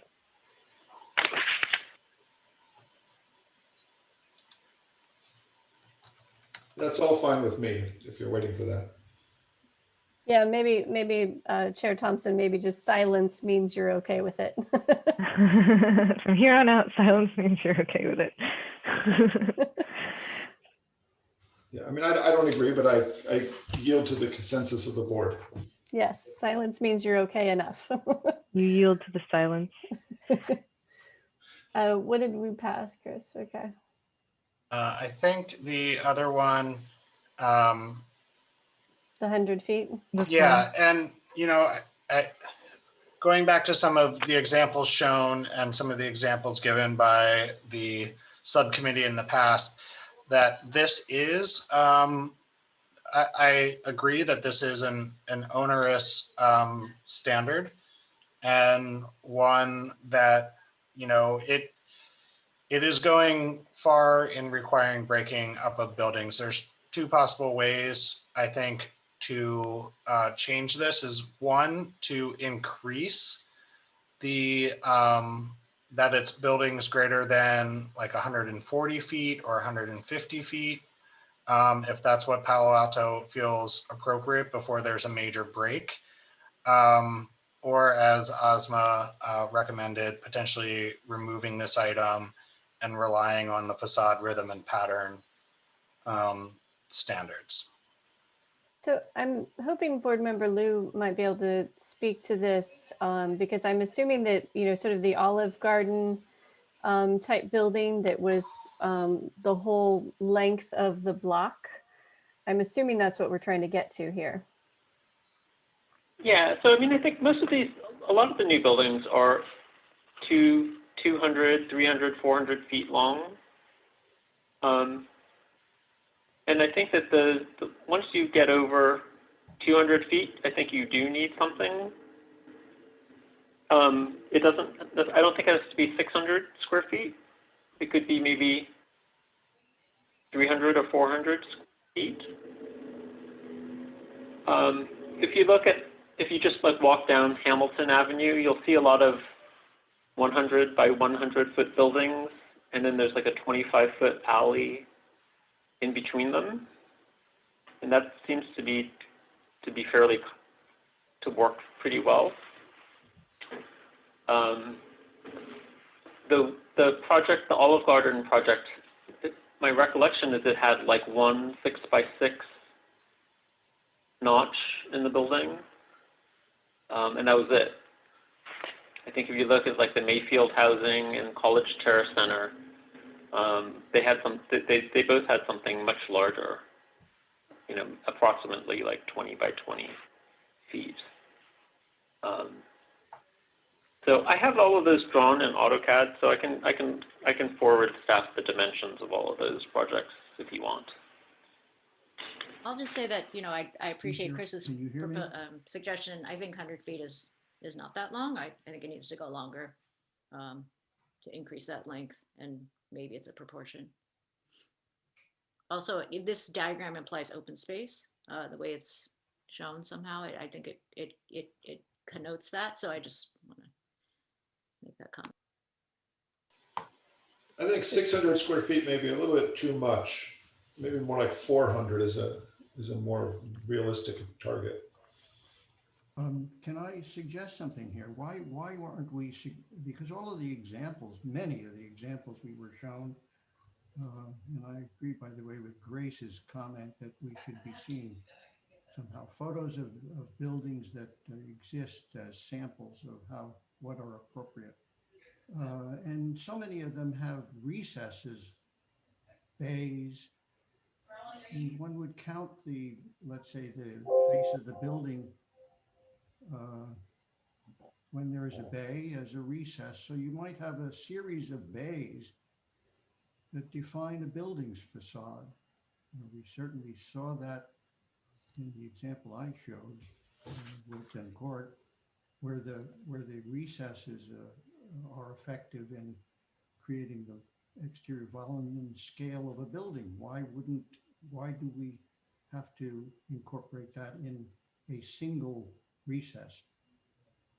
In actual fact, on a long building, if you had a recess like this, it would kind of be meaningless.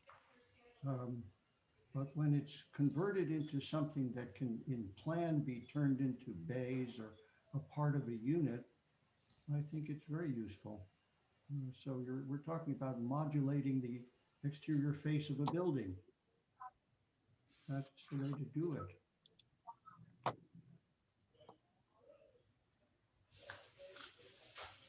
So it sounds like, I was going to just also put in my 2 cents. I'm okay with creating a higher number than 100. So 150, even 200, and then if necessary, making the break smaller in size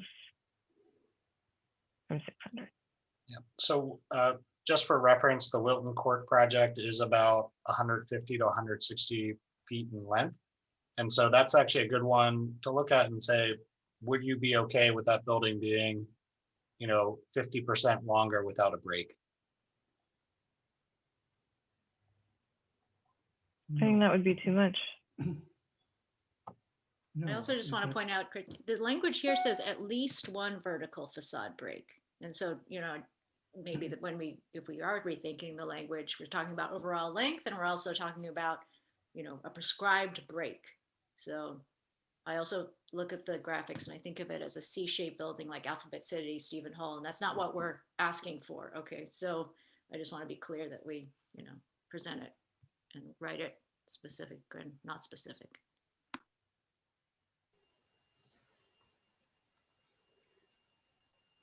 Asma, is it okay to put a straw poll on 150 feet and 400 square feet? Yeah, let's do that. So yeah, so straw poll for changing it to 150 feet in length and 400 square feet, like Chris said. Board Sounds good. member, sorry, Board Member Balte? Yes. Okay, Board Member Liu?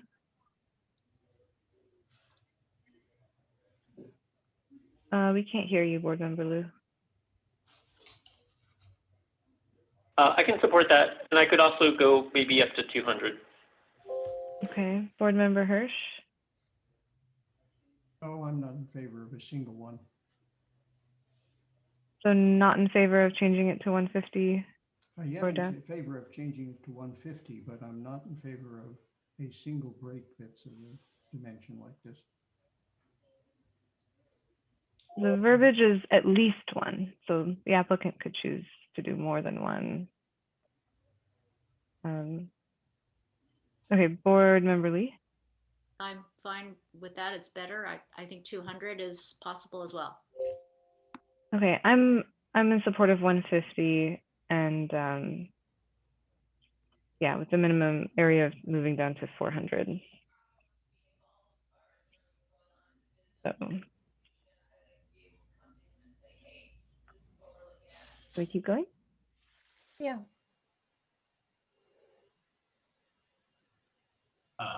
What are the next sections, Chris? There's the base middle top excluding 2 stories. Yeah, should we take a quick straw poll on that? I think I heard 3 people in support of that at least. Go ahead, Vice Chair Lee. That sounds good. Okay, yeah, I am also in support of that. I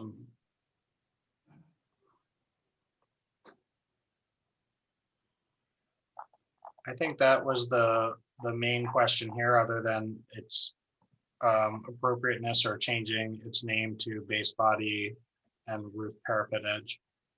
Yeah, let's talk about that. Are there any other board members that have a response to Board Member Hirsch's suggestion? Actually, I think Grace had her finger on it best. It's no longer really base, middle, top. It's rather differentiation that we're talking about.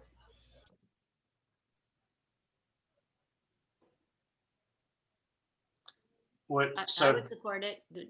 My feeling is, and I don't want to repeat, but I just feel like we don't use the word differentiation as a heading. We use the word articulation and modulation if we're calling those out separately. So I'd be comfortable with that. So sorry, is the suggestion to change it to differentiation from base, middle, top? Yes, and I would retain the language of differentiating in the paragraph, using the language base, middle, and top as exemplary. I mean, just pointing to the example. I see. Okay. Would it be vertical differentiation or just differentiation, period? I could go either way. I think I mean, it relates to massing. I think let's do a straw poll just for differentiation. So Board Member Lee. Anybody else? Board Member Liu? I think everybody's on mute. I can't hear anybody. Can you hear?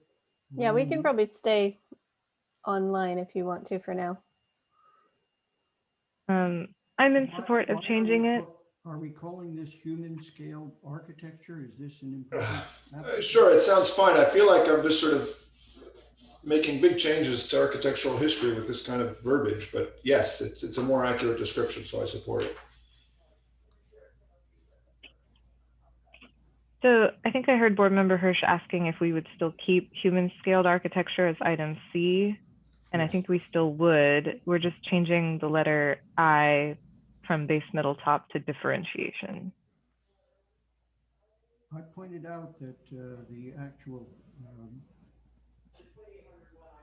code does not indicates other elements of human scaled architecture. So I don't find it to be an appropriate. I haven't got a substitute right now, but maybe Grace could come up with something. Human scaled architecture when it's a small building is one thing. When it's a very large building, which we're likely to see as something very different.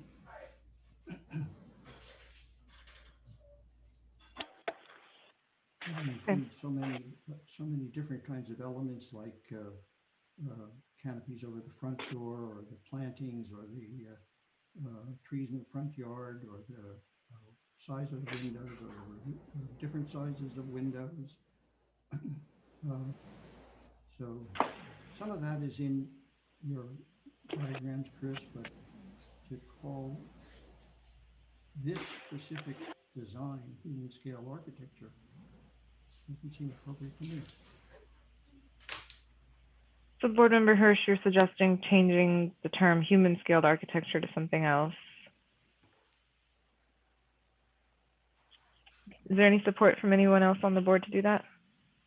No, I don't support that. I think human scaled is an important concept. Okay, and I saw Board Member Liu shake his head. Yeah, I don't support that at all.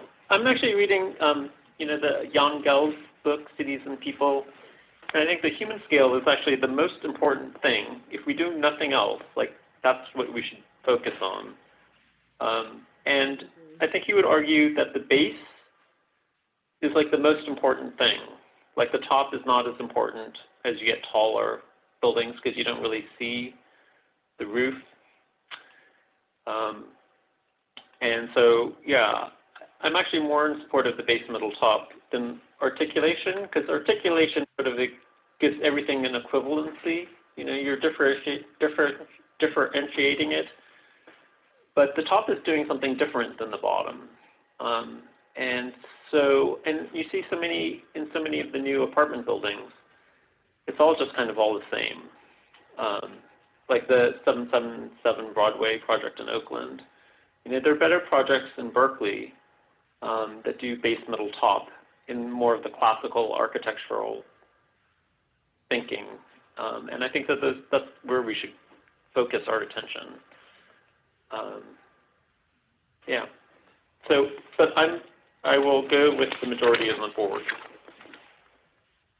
I think you have a really good point there, Board Member Liu. And I think, as much as this is a classical thing that we're discussing, it's also a very human experience thing that, a human experiences the base when they're right next to the building, but they experience the top when they see it from down the street. And then they experience the middle somewhere in between there. And so I sort of see these as the three different distances at which a building is perceived by a human in a city. And they all have a very important role to play. Like the silhouette of a building can be so iconic, and that only happens if you do something to the top. And certainly, in sort of more older style, a lot of detail is put there, and it's fun for the eye to, to be able to look at those things. So I'm with you. I think human scaled architecture is important to stay. And I think the discussion we're having is very relevant, especially, I think differentiation is a nice modern way of talking about it, but I think it is still referencing the same concept. Any other comments from the board? I guess I'll support what Ozma and Alex just said, and maybe we should keep the term base middle top for now, at least. That is referring back to our human scaled concept here. So. Wait, we just did a straw poll to change it to differentiation. I know, but Alex made a good point, and only after he speaks can I think about what he's going to say. But for reference, we are keeping the term in the description. It's still saying defined base or ground floor, middle or body, and top or cornice in the verbiage. Yeah, I mean, I think the problem is that the actual mechanism we're giving to make a base, middle, and top isn't really doing what we're thinking about. And so, you know, we're just talking about semantics here. And I don't think it's possible to really define it that way. So we probably should just move on, Ozma. Okay, I guess we won't redo the straw poll. Can you hear me? Yes, I can hear you. Oh, go ahead. So, you know, in reference to Alex's comment, I mean, I agree with whoever he's reading there that scale elements, human scale elements are critically important. And as you pointed out, actually those usually occur on the ground floor. And it seems that the book you're reading also points that out. So that this base middle top is another experience as you move away from a building. Its organization is quite different. And which is why I'm concerned with the saying human scaled architecture from that point of view ought to be building articulation or composition, articulation and composition. But closer in, when you get close to the building, then it becomes human scaled architecture. It is how you read a building when you get close into it that it really becomes important that it is of a human scale.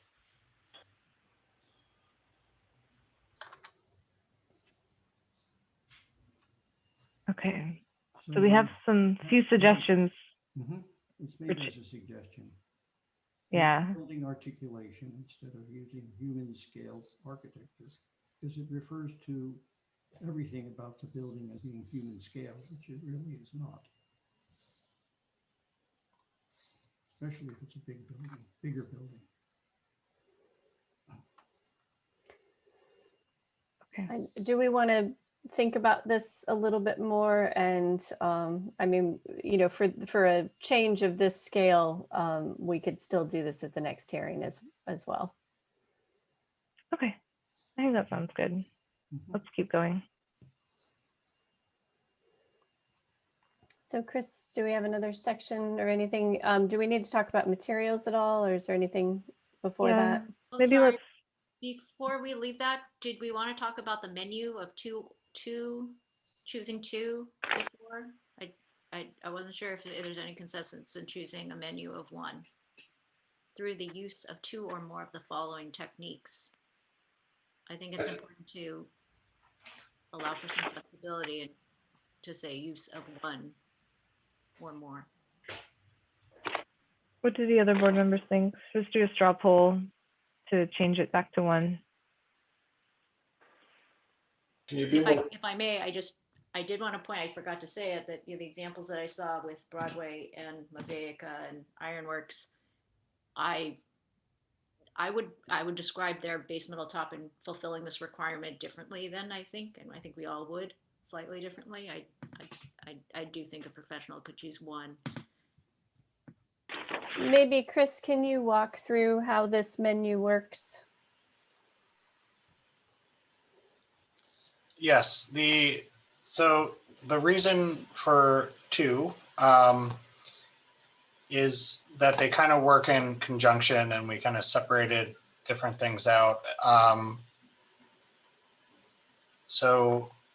And there's there's also menus within menus, right? Yeah, So there are 4 things that you have to choose 2 between. One is variation in building modulation. There are 3 options in that. The second one is variation in facade articulation. So having bays, not having bays. And there's or a change in vertical projections, or adding datum lines, or a change in fenestration size and proportions.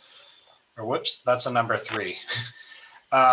It's hard on a small screen like this. We had a slide that previously showed this. But so if I just go to the high level ones, it's variation in building modulation, variation in facade articulation, variation in fenestration size, proportion, and pattern, and variation in facade material and pattern or color. So it's 2 of those 4, and then within some of them, there are multiple options. Okay, thanks. So let's just do a quick straw poll on if we think it's worthwhile to change it to 1 or more instead of 2 or more. So this is proposed by Board Member Lee. Do we have any concurrence from the board? Board Member Liu?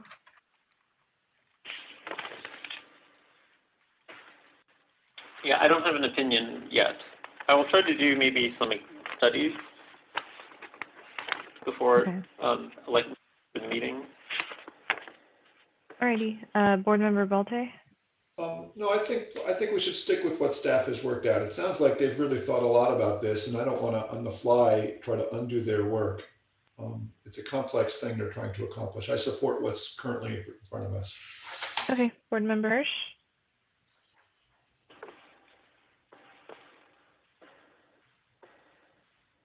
We can't hear you, Board Member Hirsch. Can't hear me again? Oh, okay, I can hear you now. Sorry. Okay. My biggest problem on this is the image of the building itself, each one of these. You know, we went pretty far. Sorry, Board Member Hirsch, I was just asking if you are in concurrence with changing the menu as part of the straw poll. Good question, good point. I haven't got an opinion about that at the moment, but I do have an opinion about the actual prototype building that is expressed here. Okay. As a sample, which I would like to be brought up as an issue to discuss. Okay, for the straw poll, I am in favor of keeping it the way that it's written.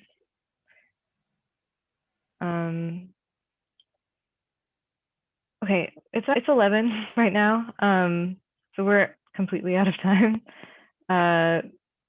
Let's. I know you have a note on the imagery, Board Member Hirsch. I think you did mention it as part of your initial commentary.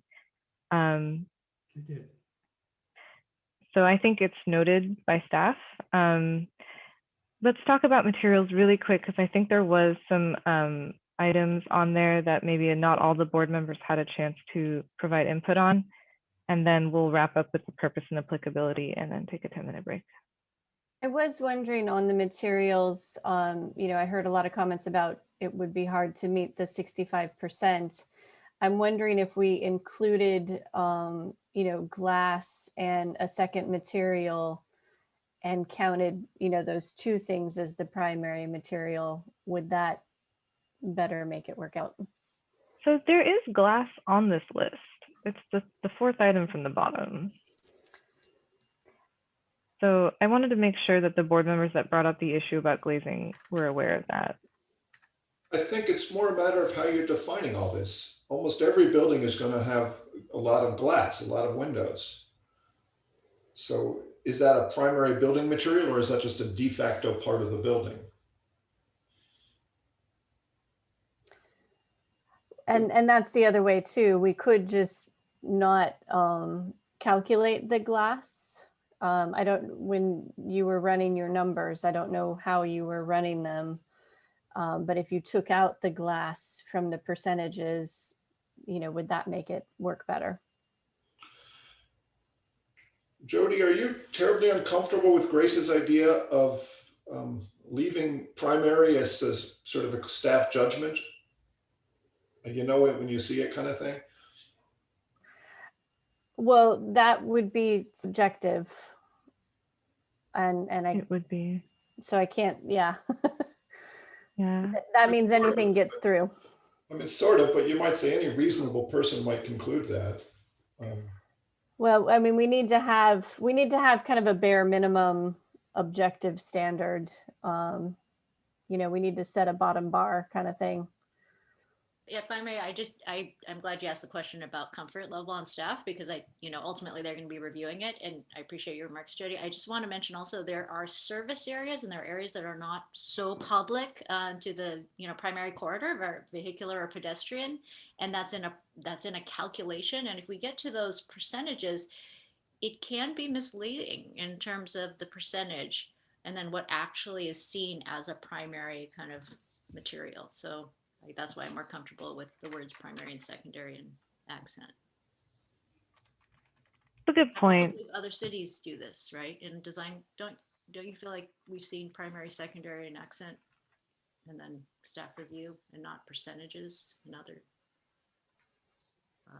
design guidelines? Yeah, I mean, if there's any examples you could send us, that'd be wonderful.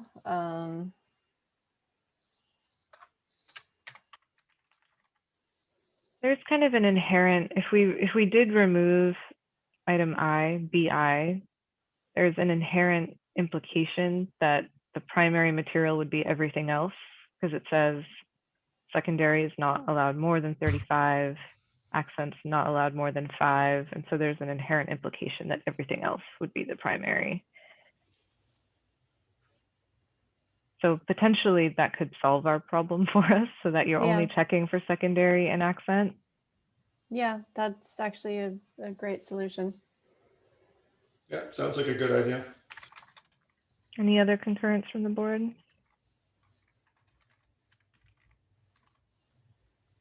One material, glass block. There's other forms of glass material that are similar to glass block. It should be a broader description than just glass block.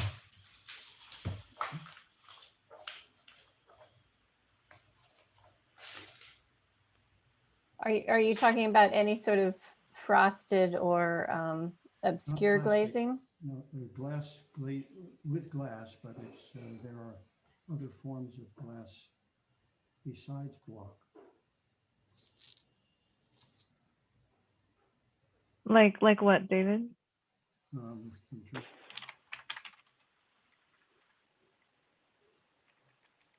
Double layer of glazing that intersects itself. I can't recall exactly what it's called, but it is being used commonly. Maybe there's a caveat that materials not listed can be brought to subcommittee or something like that.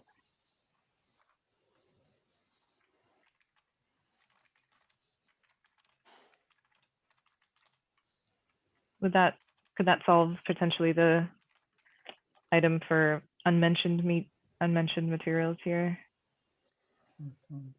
Yeah, I think it's. I'm sorry. Is it a crazy idea just to say that the staff shall maintain a list of materials and keep it updated from time to time, or even establish a process for that? Again, just let the code say that this exists, and then let the details of it be something that we can professionally adjust as time goes on. And you just can't get it right now and put it in this law like this, I don't think. Yeah. Yeah, no, I think Board Member Balte, I think that's a great idea, especially when it comes to materials that it's going to be changing on a regular basis. And so we want the ability to change that without going back to council. Yeah, maybe just say that, with the consent of the ARB, this list will be updated every 3 years or something. Okay. I think that sounds good. All right, let's, if we're okay, let's wrap this up and we'll talk about the purpose applicability really quick. Board Member Balte. Yes, I'd like to propose that. I think this should only apply in the most stringent case. So I'd like to say that a unit has to be 2/3 mixed use, not just all possible things. Somebody could come in with just one apartment in a large building and call it mixed use because it is, and all this would apply. I don't think that's a good idea. Secondly, I don't think we should even reference non-residential projects in here. I think it's really, I want to really be clear that we're doing this because we have to, not because we think it's a great way to do urban planning. And so we should focus this as tightly as possible on what we're required to focus it on, which, as I understand it, is residential projects and mixed use projects with more than 2/3 housing. So I'd like to state that in here. I feel pretty strong about that, actually. I think it might also be worth putting in a clear statement that it says here, as I read it, it may include a recommendation by the Architecture Review Board, depending on review required by Chapter 1876. I think it's better just to say that it needs to follow the requirements of 1876. It's not always discretionary to the director to send it to ARB. So, but again, I'd like to see the language tightened up so that it really focuses this whole thing. So I think, and Jean can help me with this, but on the non-residential projects, we say in section C here that they would need to meet the intent statements. They would not have to meet the actual, they're encouraged to meet the objective standards, but they have to meet the intent statements because those will still continue to be reviewed by the ARB in our sort of standard fashion. But what we're doing with this code change is we're taking away all of those design criteria that we currently have. And so we sort of need a replacement for those, but we made it, fairly high level in just applying the intent statements to commercial projects. I guess that's fine, Jody. It just seems, it's not so clear to me. If I were designing just an office building, I might well say, why should I have to look at this whole bunch of stuff if it's only voluntary? And it just muddies the water. But my real concern is about the mixed use percentages. I really think we want to limit this to buildings with at least 2/3 residential. Okay, meaning that you want the objectives, you're suggesting that the objective standards only apply to the SB 35 and the SB 330 type projects. Absolutely, yes. That's the core of what I'm saying, and that's the core of, I think, feedback we've gotten from the community. And that's just where we'll need to check with the city attorney. Part of this is that our standards need to be generally applicable according to state law. So just making sure that that meets that threshold. So we'll check in with the attorney. And I think the minimum that we could do, I mean, again, because we're replacing the design criteria, we would still want to have all housing projects meet the intent, because those roll up to the findings. The intent is fine. It really comes down to, I think, the percentage of mixed use. And my fear is that an office building with one penthouse apartment could be called mixed use housing. It cannot. It would have to have 3 apartments to be multifamily. But yes, 3 apartments and a big office would be mixed use. Yeah, that really concerns me greatly. And this is something I feel very strong about. If I may, I agree with Peter, and my computer is at 3%. So I just wanted to give you that. I might have to run and get a cord. But thank you, Peter. I agree with your comments there. And I would agree with that too. Board Member Liu? Oh, yes. Okay, I can go along with the board. I actually think a little differently though. Like, I actually think, I would hope that we can get to a place where there are cookie cutter buildings. So, but a good cookie cutter. Say like Houseman in Paris, or all of the bay window buildings in San Francisco. You know, I think you have like just generic housing buildings that are following a pattern, and they create really nice neighborhoods. And so I hope that we can get there someday. I think it's going to be a long ways off, though. Thank you. Yeah, and in terms of my feedback, the item about the non-residential uses, I think, is pretty clear in there that it only needs to meet the intent statement. There is a sentence afterward about being encouraged to meet the objective standards, and I'm okay to strike that if that makes it even clearer that it's really only meant to meet the intent statements. And then for the majority housing, I think the issue, I'm not sure I fully understand it, but it seems like a square footage proportion percentage thing that is a certain percentage of the square footage. You know, if 3 units is actually 3% of the whole, you know, whatever, this is a gigantic lot or something, but there might be something to be wary of in that case. In most of the cases we've seen, the housing, even if it's 3 units, tends to take up most of the lot anyway. So I'll leave it at that. Are there any other final comments? Staff? Anybody? Okay. All right, thank you so much. Let's take a 10-minute break. We'll reconvene at 11:27. Yes. No, 11:30. And I believe Board Member Lee needs to recuse herself for the next item and is on 3% battery. So maybe we let her go now. Thank you, Board Member Lee. See you next time. Thank you. Okay. All right, we'll see everyone at 11:27, 11:30.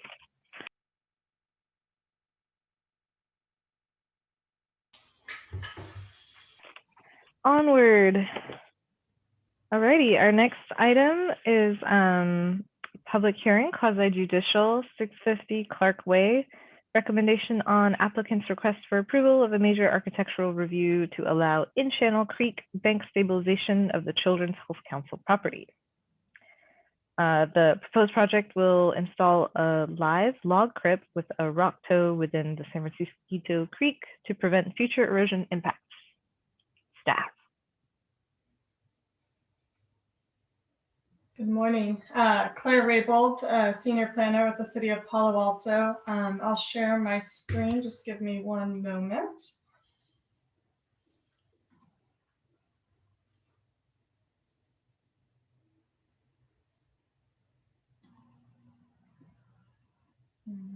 Hold on.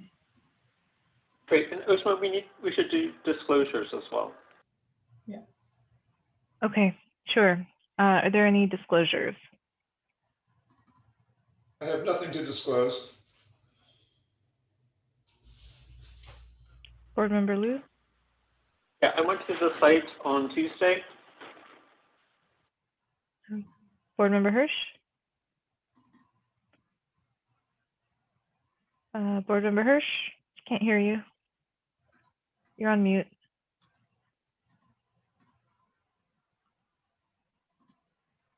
Sorry, I went to the site on yesterday. Thank you. And I have nothing to disclose. Go ahead, Claire. Sorry about that. I am like having a moment where I'm trying to get this up and running.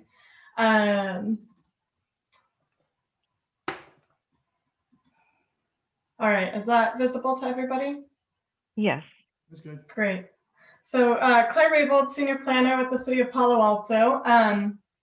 The project before you today is the Children's Health Council Stream Bank Stabilization Project.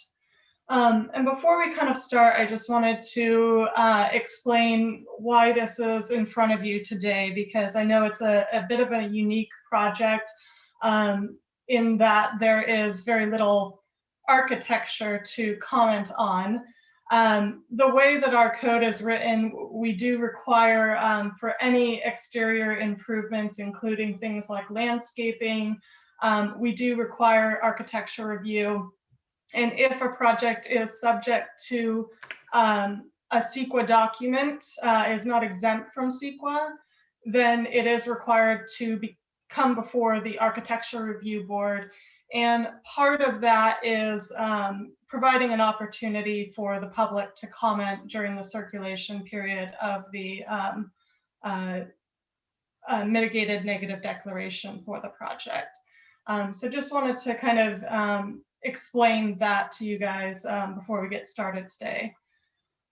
So with that, the project location is 650 Clark Way. And as you can see, the work would be located along the creek bank at this property within San Francisquito Creek. And just for a bit of background, so this is kind of, this project really did occur in two phases.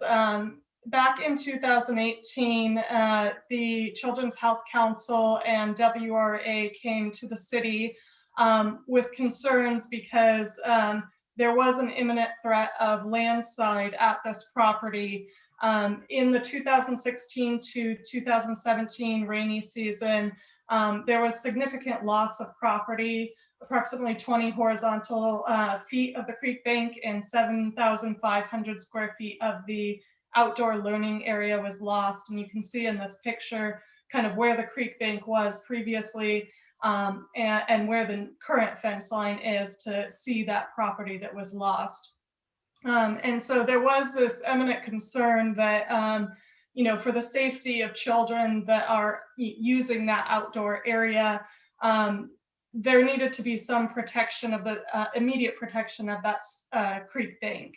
So the project that came before the city in 2018 was all outside of the creek, and so it was exempt from CEQA and therefore did not come before the Architectural Review Board.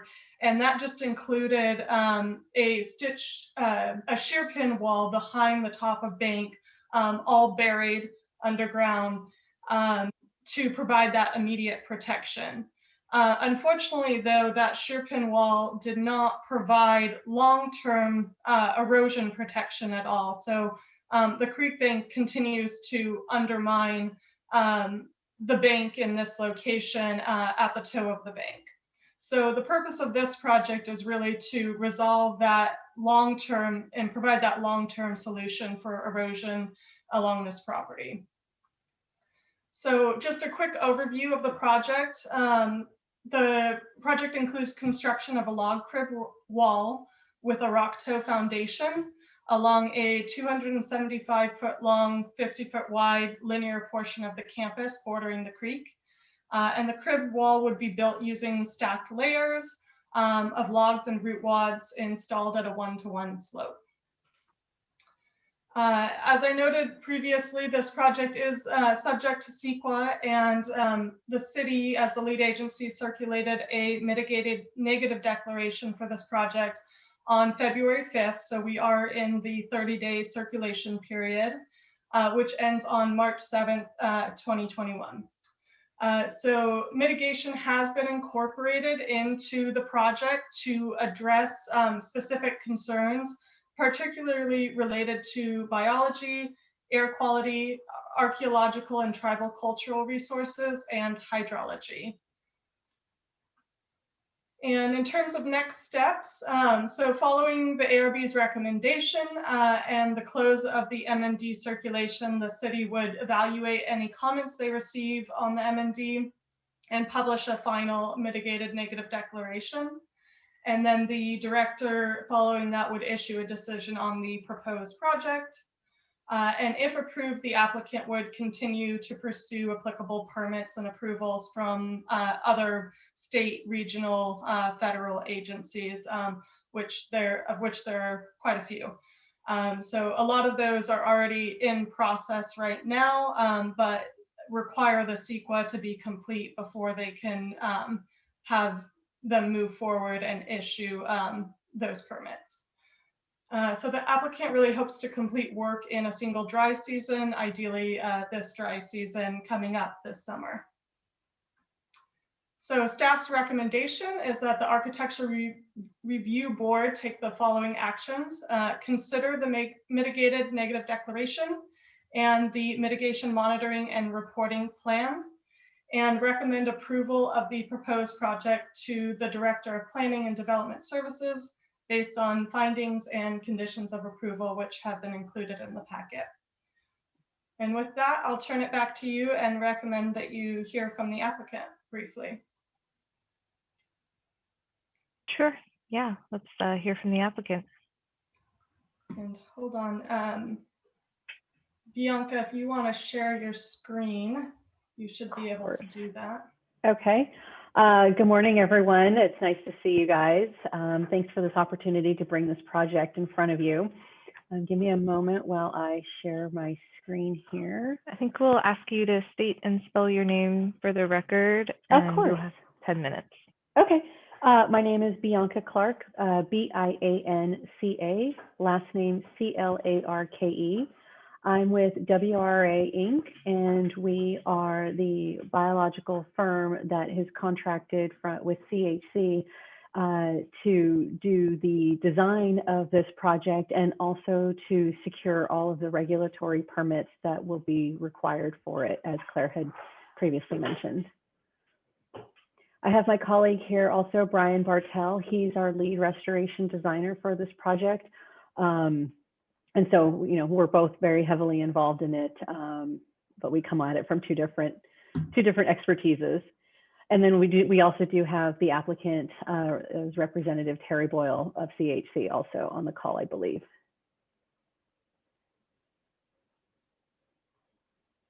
Thanks, Bianca.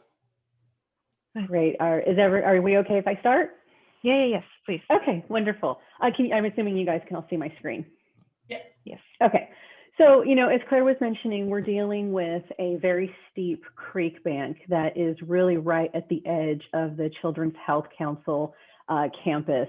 And this picture that you're seeing here is pretty much its current condition, where you see a bank that is completely slumped in on itself as a result of several years of extreme rains and heavy flow events, and it's just overall exposure to the elements has compromised the integrity of the creek bank. This is a little bit of a different, overview of where it is, but as Claire had mentioned, it's 650 Clark Way, and it really is at the edge of the outdoor playground of this school.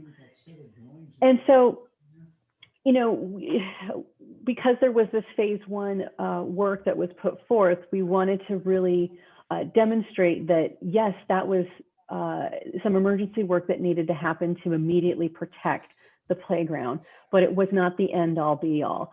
At the end of the day, we still needed to provide long-term protection of the bank so that it didn't erode any further, and it also protected the shear pins that are in place.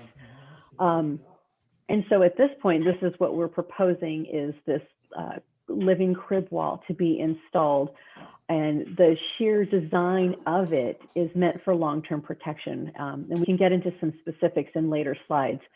But at the end of the day, that's the real purpose and need of putting the second phase of work forward. So just a little bit of a history of what CHC is and what they do for the community. You know, they're an educational and clinical services facility that aids children and teens with learning differences. They deal with autism and ADHD, anxiety and depression. And individuals with those types of challenges are very susceptible to their environment. And the outdoor learning area serves as a very critical component to being able to service these individuals.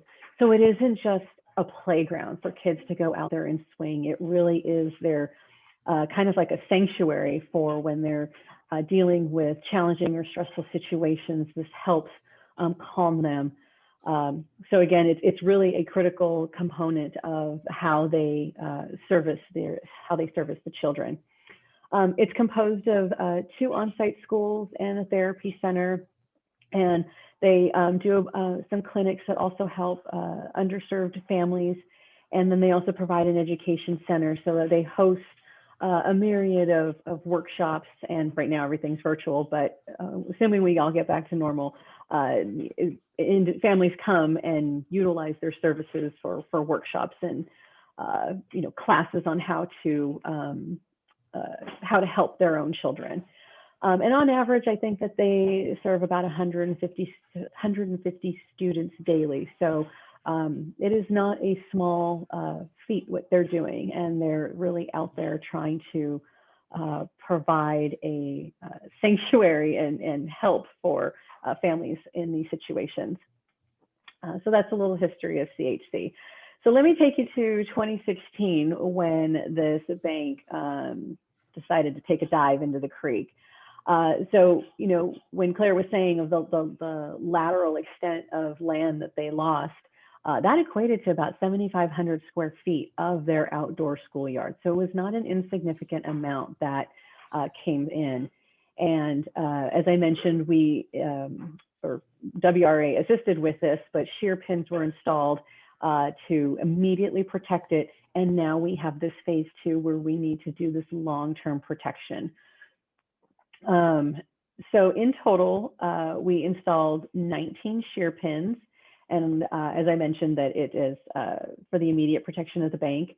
And in the approval process with the city, it was conditioned that, we have to do this more long-term protection. And so it's kind of a twofold effort that, yes, the city allowed the first phase to move forward, but did condition it. But it is also a good idea to have this long-term protection as well. So it's serving 2 purposes here. Here is some images of the shear pin work that was installed. It was very intricate. I'm going to let Brian jump in and tell you a little bit about what the shear pins do and what that all entailed. Thanks, Bianca. Yeah, so the immediate need was to make sure that no more land was lost. So geotechnical consulting firm was contracted by CHC, and we worked with them and CHC to come up with this design. And basically what you see here, these circles are the forms, the rebar that goes inside these shear pins. And they are essentially concrete cylinders that are about 2.5 feet to 3 feet around, circular, and they extend about 50 feet into the ground, and they have a space of about 2 or 3 feet in between them. And what this does is that prevents that slumping motion, because what the creek is undermining and then slumping in. So this was put in as phase 1 to prevent any more land from being lost. So basically everything that's on the creek side could be lost. Everything that's on the school side is there to stay. The concern is that if the creek does get to the wall and starts to erode, then you're in a bad situation where you have to do something right away. So the city predicated the approval of phase 1, which was the shear pin wall, on coming in and doing some kind of stabilization within the creek. So phase 2 is this living crib wall design. And we selected this design because we've got a lot of constraints. This is something that we call it a vegetated crib wall.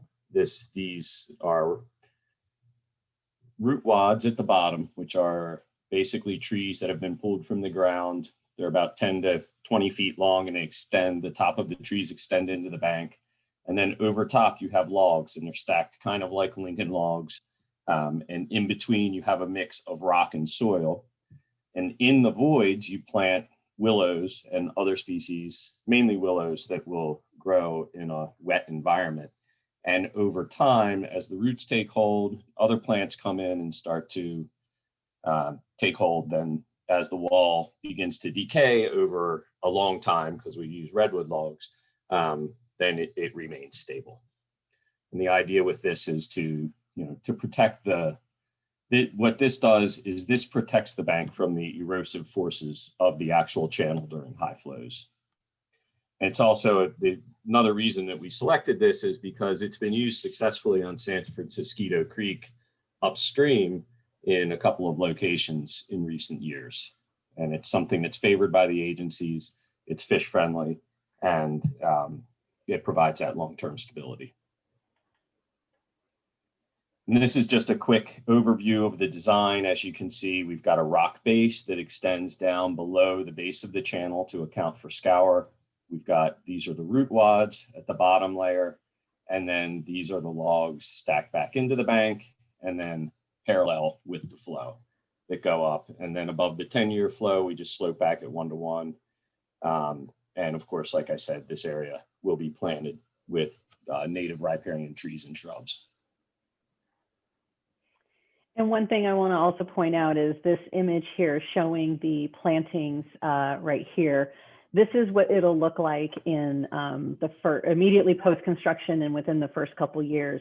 The intent is over the long term is these plants would grow and become much more robust and provide a very thick riparian canopy over the creek bed, which in turn adds to the benefits of this particular design, because the more shade that you have, the better it is for the water, the better it is for fish. So just some added detail there. Yes. And so speaking of fish, you know, this creek is known for being critical habitat for steelhead. And so it's a very heavily regulated creek, first and foremost. But by putting in these root wads, let me actually go back a couple slides. So by putting in these root wads, this actually helps create refugia habitat for fish, because they tend to overhang just a little bit. And so when you're getting a flow event, so keep in mind that these rocks are below grade. And so as you're getting a flow event, fish will be able to actually get refuge underneath these logs. So in turn, it has that added benefit of really being an ecological benefit for steelhead. You know, they're able to hide from predators, and the root wads in nature will actually also provide nutrients and food production for the fish. And then, as I had mentioned, that the planted vegetation, as it continues to grow and get bigger and more robust, it will actually help shade the creek bed and add for cooler water, which is a benefit for fish as well. Bianca, your 10 minutes are up. Okay, I'm sorry. If you could wrap it up, that would be great.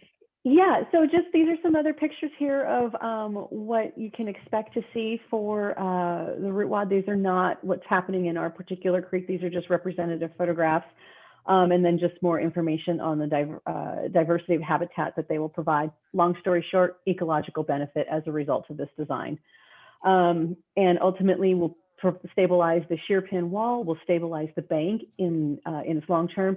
The plants will become the long-term stabilizer.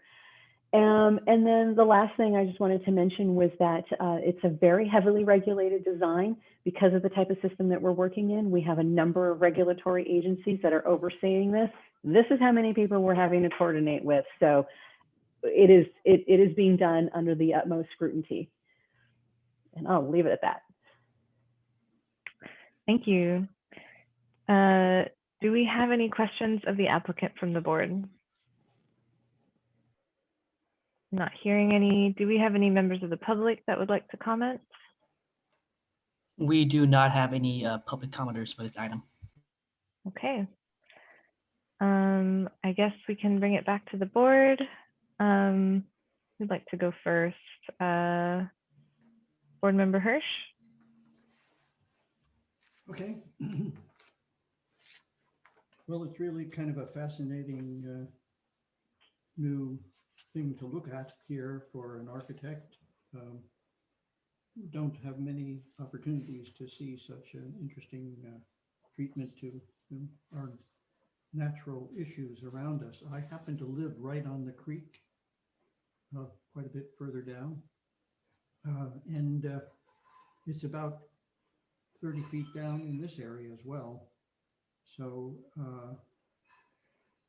should it all fall in, well, I'd be very happy to have this work done close to our where I'm living, but it's because it looks to me like it is a great solution for stability as well as answering all the issues necessary for a natural habitat. And I look at the area where I'm in and I wonder what the heck is holding it all up here, you know? But there are trees that grow into the slope, and probably not by choice, more by what seeds have fallen there and managed to grow. So I really can't think of any reason to ask questions. I note that the sections that in the drawings, I see actually they don't show I see where the wall is now that you tied back to the playing fields where they are now. So it's somewhat distant from the part that you're going to be adding to down below. It just seems like a neat idea to use the base of the tree at the bottom and the willows in between. I'm assuming that the round elements that are shown in the section drawing are going to be continuous, the round continuous pieces that will connect to each other in that direction and then be pinned to the ones that are more like dead men into the ground.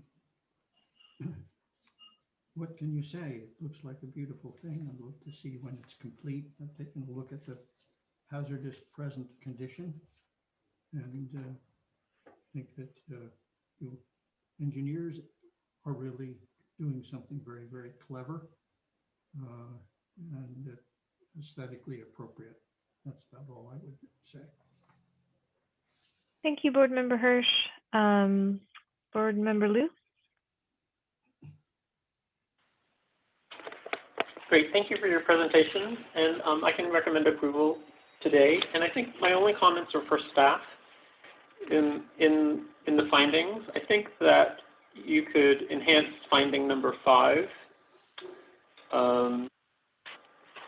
with what was described in the presentation today, which is that the red logs will protect the steelhead trout, and also that the willow, eventually the willow canopy will provide shade to the creek bed, which will benefit the trout as well. But it looks good. Thank you. Thank you, Board Member Liu. Board Member Balte. Thank you very much. I can make the findings to recommend approval of this project and have no further comments. Thank you. Thank you. I just came up with a question. I'm hoping to ask the question of the applicant really briefly. Where's the wood that you are using being sourced from? Is there any thought been put to that yet? That we do not have a source yet, and that's because this is it's kind of a fluid market. It's if we need to find wood, it's the contractor that we hire. It's usually up to them to find a good source. So the agencies that give us permits, most notably CDFW and the Regional Water Quality Control Board, are very explicit about that they have to be taken from either a logging operation that has approval or a site that has approval to remove the trees. But that it's always a challenge when we build something with logs like this, is finding a good source for the logs. Yeah, I imagine. Thank you for answering my question there. Yeah, I mean, I otherwise have the solution seems really appropriate, and I would just encourage the applicant to source their material from a place that has the lowest impact possible in terms of, I learned a lot about logging, weirdly enough, in the last couple of weeks, and there's definitely a wide variety out there, and a sustainable forest has many different meanings. So I would just encourage the applicant to try and pay attention to that, since that's like the most important building element here. But I really appreciate the applicant's presentation, and I can recommend approval. Any other discussion, or should we go for a motion? Anybody want to do a motion? I'll move that we recommend approval of this project as presented. Second that? Motion by Balte, seconded by Hirsch. Any comments? Okay. Then can we have a vote? Yes. Board Member Balte, Yes. Board Member Hirsch, Yes. Vice Chair Lee has recused herself. Board Member Liu, Yes. Chair Thompson. Yes. Okay, the motion carries 4-0-1. Thank you. Alrighty. Good luck, guys. Okay.